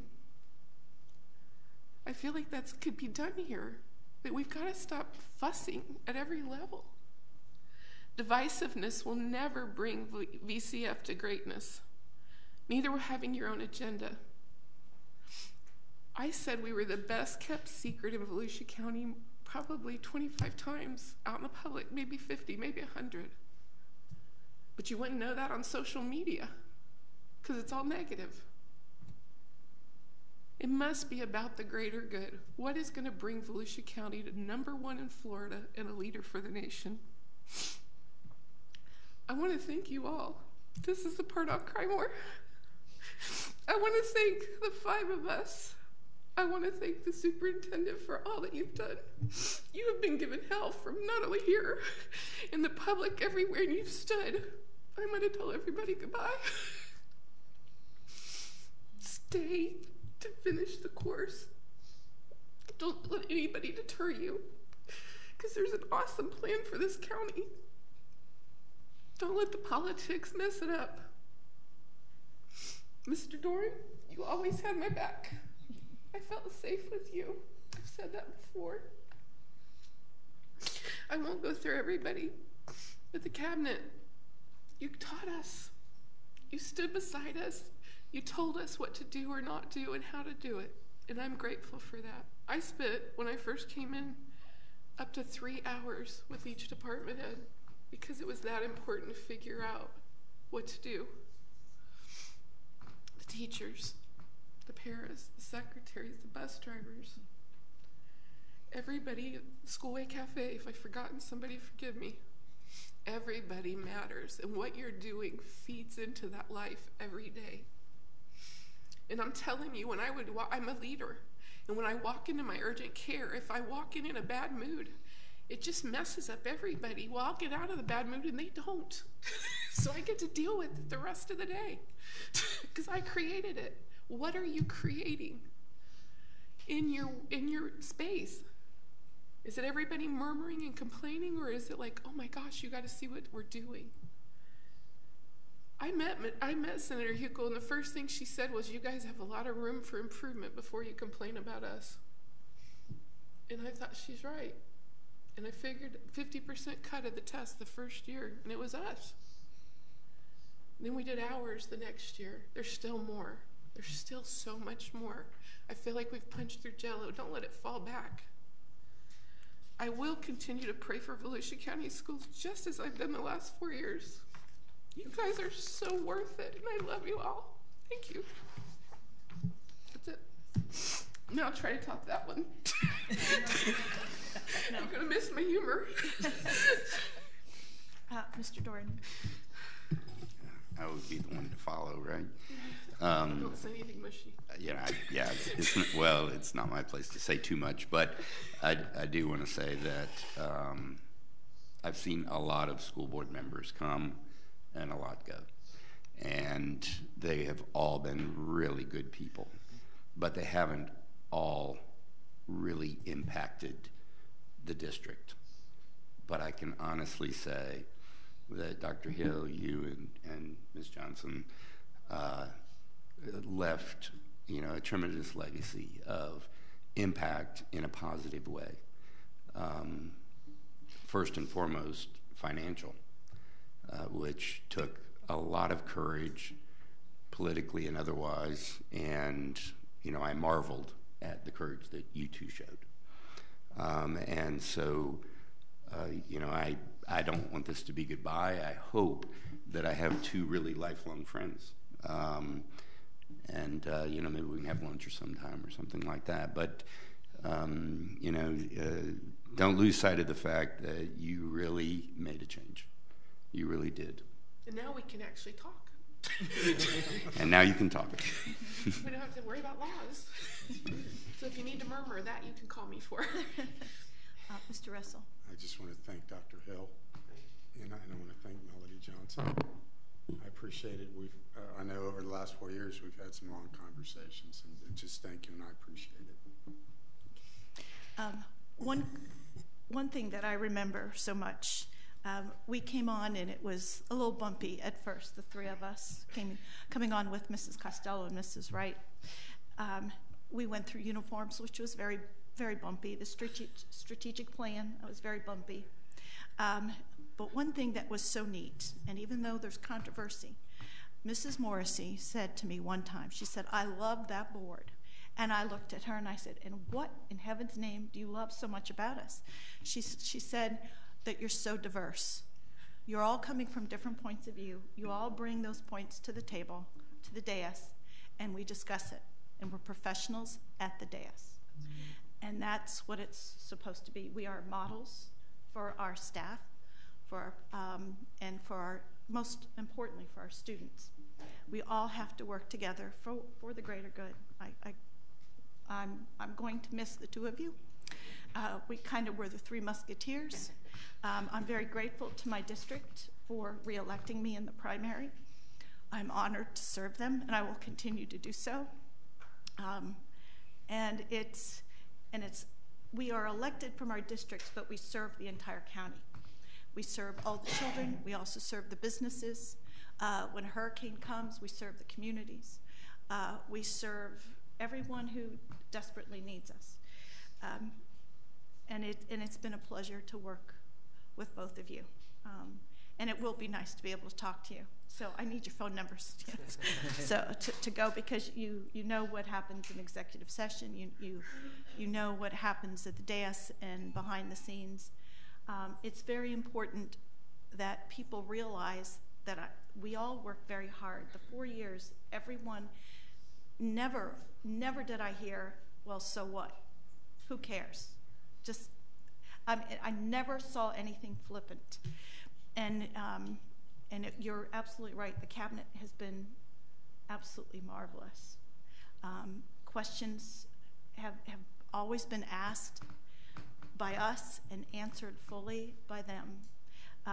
They welcome us, and hopefully most of the time during the school hours, but sometimes, I've been on the phone with, Andrew Spar or Rachel Hazel, and it's been after 7 or 8 o'clock at night.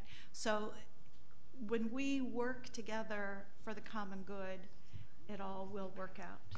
And I totally agree with you on the testing. We have some perfectly good tests out there written by the College Board.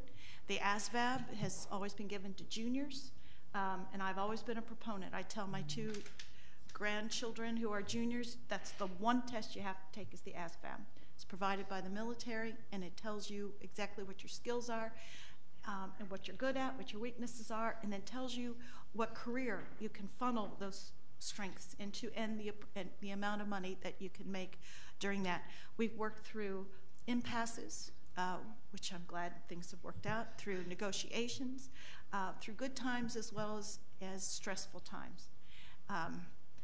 But it has been an absolute pleasure, so you will be missed. And we look forward to working together as a new team when we come back on the 20th. I want to say it too has been a pleasure to be your chair for this year. It kind of grew on me too after a while. It is very difficult to be at the head of a group of adults. I'm not used to all adults, I'm used to kids. And I'm much more comfortable in front of a classroom than I am in front of all of you, even right now. So, but it's the love of learning. It's because we as an educational system, we are nurturers by instinct and by natural bent. We do not just say, the heck with you, or we don't say, you haven't worked out, off with you, or off with your head. We are people who work with others to improve them to the best of their ability. That's what educators do. Educators bring out the best in everyone. But what we have to do is to make sure we do it in the best way possible, and that's why we have best practices. That's why we have communication. And Mrs. Albert did mention we do need to improve our communication, and that's an ongoing challenge that we can always improve on. Isn't it nice when we go home and say we still have something to improve on? But look at what we've accomplished too.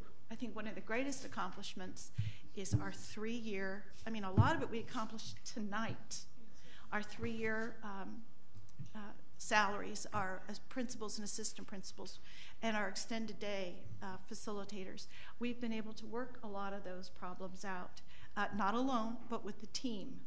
There is no I in team, as well as we've been able to help a family and other medically challenged students. And Mrs. Wright, you brought up we need to work with the adults as well. And I'm sure if there's a will, there's definitely a way. We just have to watch that pesky law. And it will be nice to talk to you, and especially you too, because right now there's so much we just do not discuss. Will there always be challenges? Absolutely. But education, everybody knows that the main rule of education is change. It never stands still, it always advances, and we are always have that wonderful ability to be caught up. And if we're ever caught up, we know that there's trouble. We're not really caught up. So it's been a pleasure to serve you this year. Thank you so very much. And I'm celebrating tonight because this ends my 30th year with the district. All right. So now I did 26 years in the classroom, 4 years on the board. So I finally made it to 30. Where's my drop? So thank you so much. And with that, I adjourn the meeting. Thank you all for being with us this evening. Good night. Good. Yes. I don't want that, so I'm not going to take it. What is that?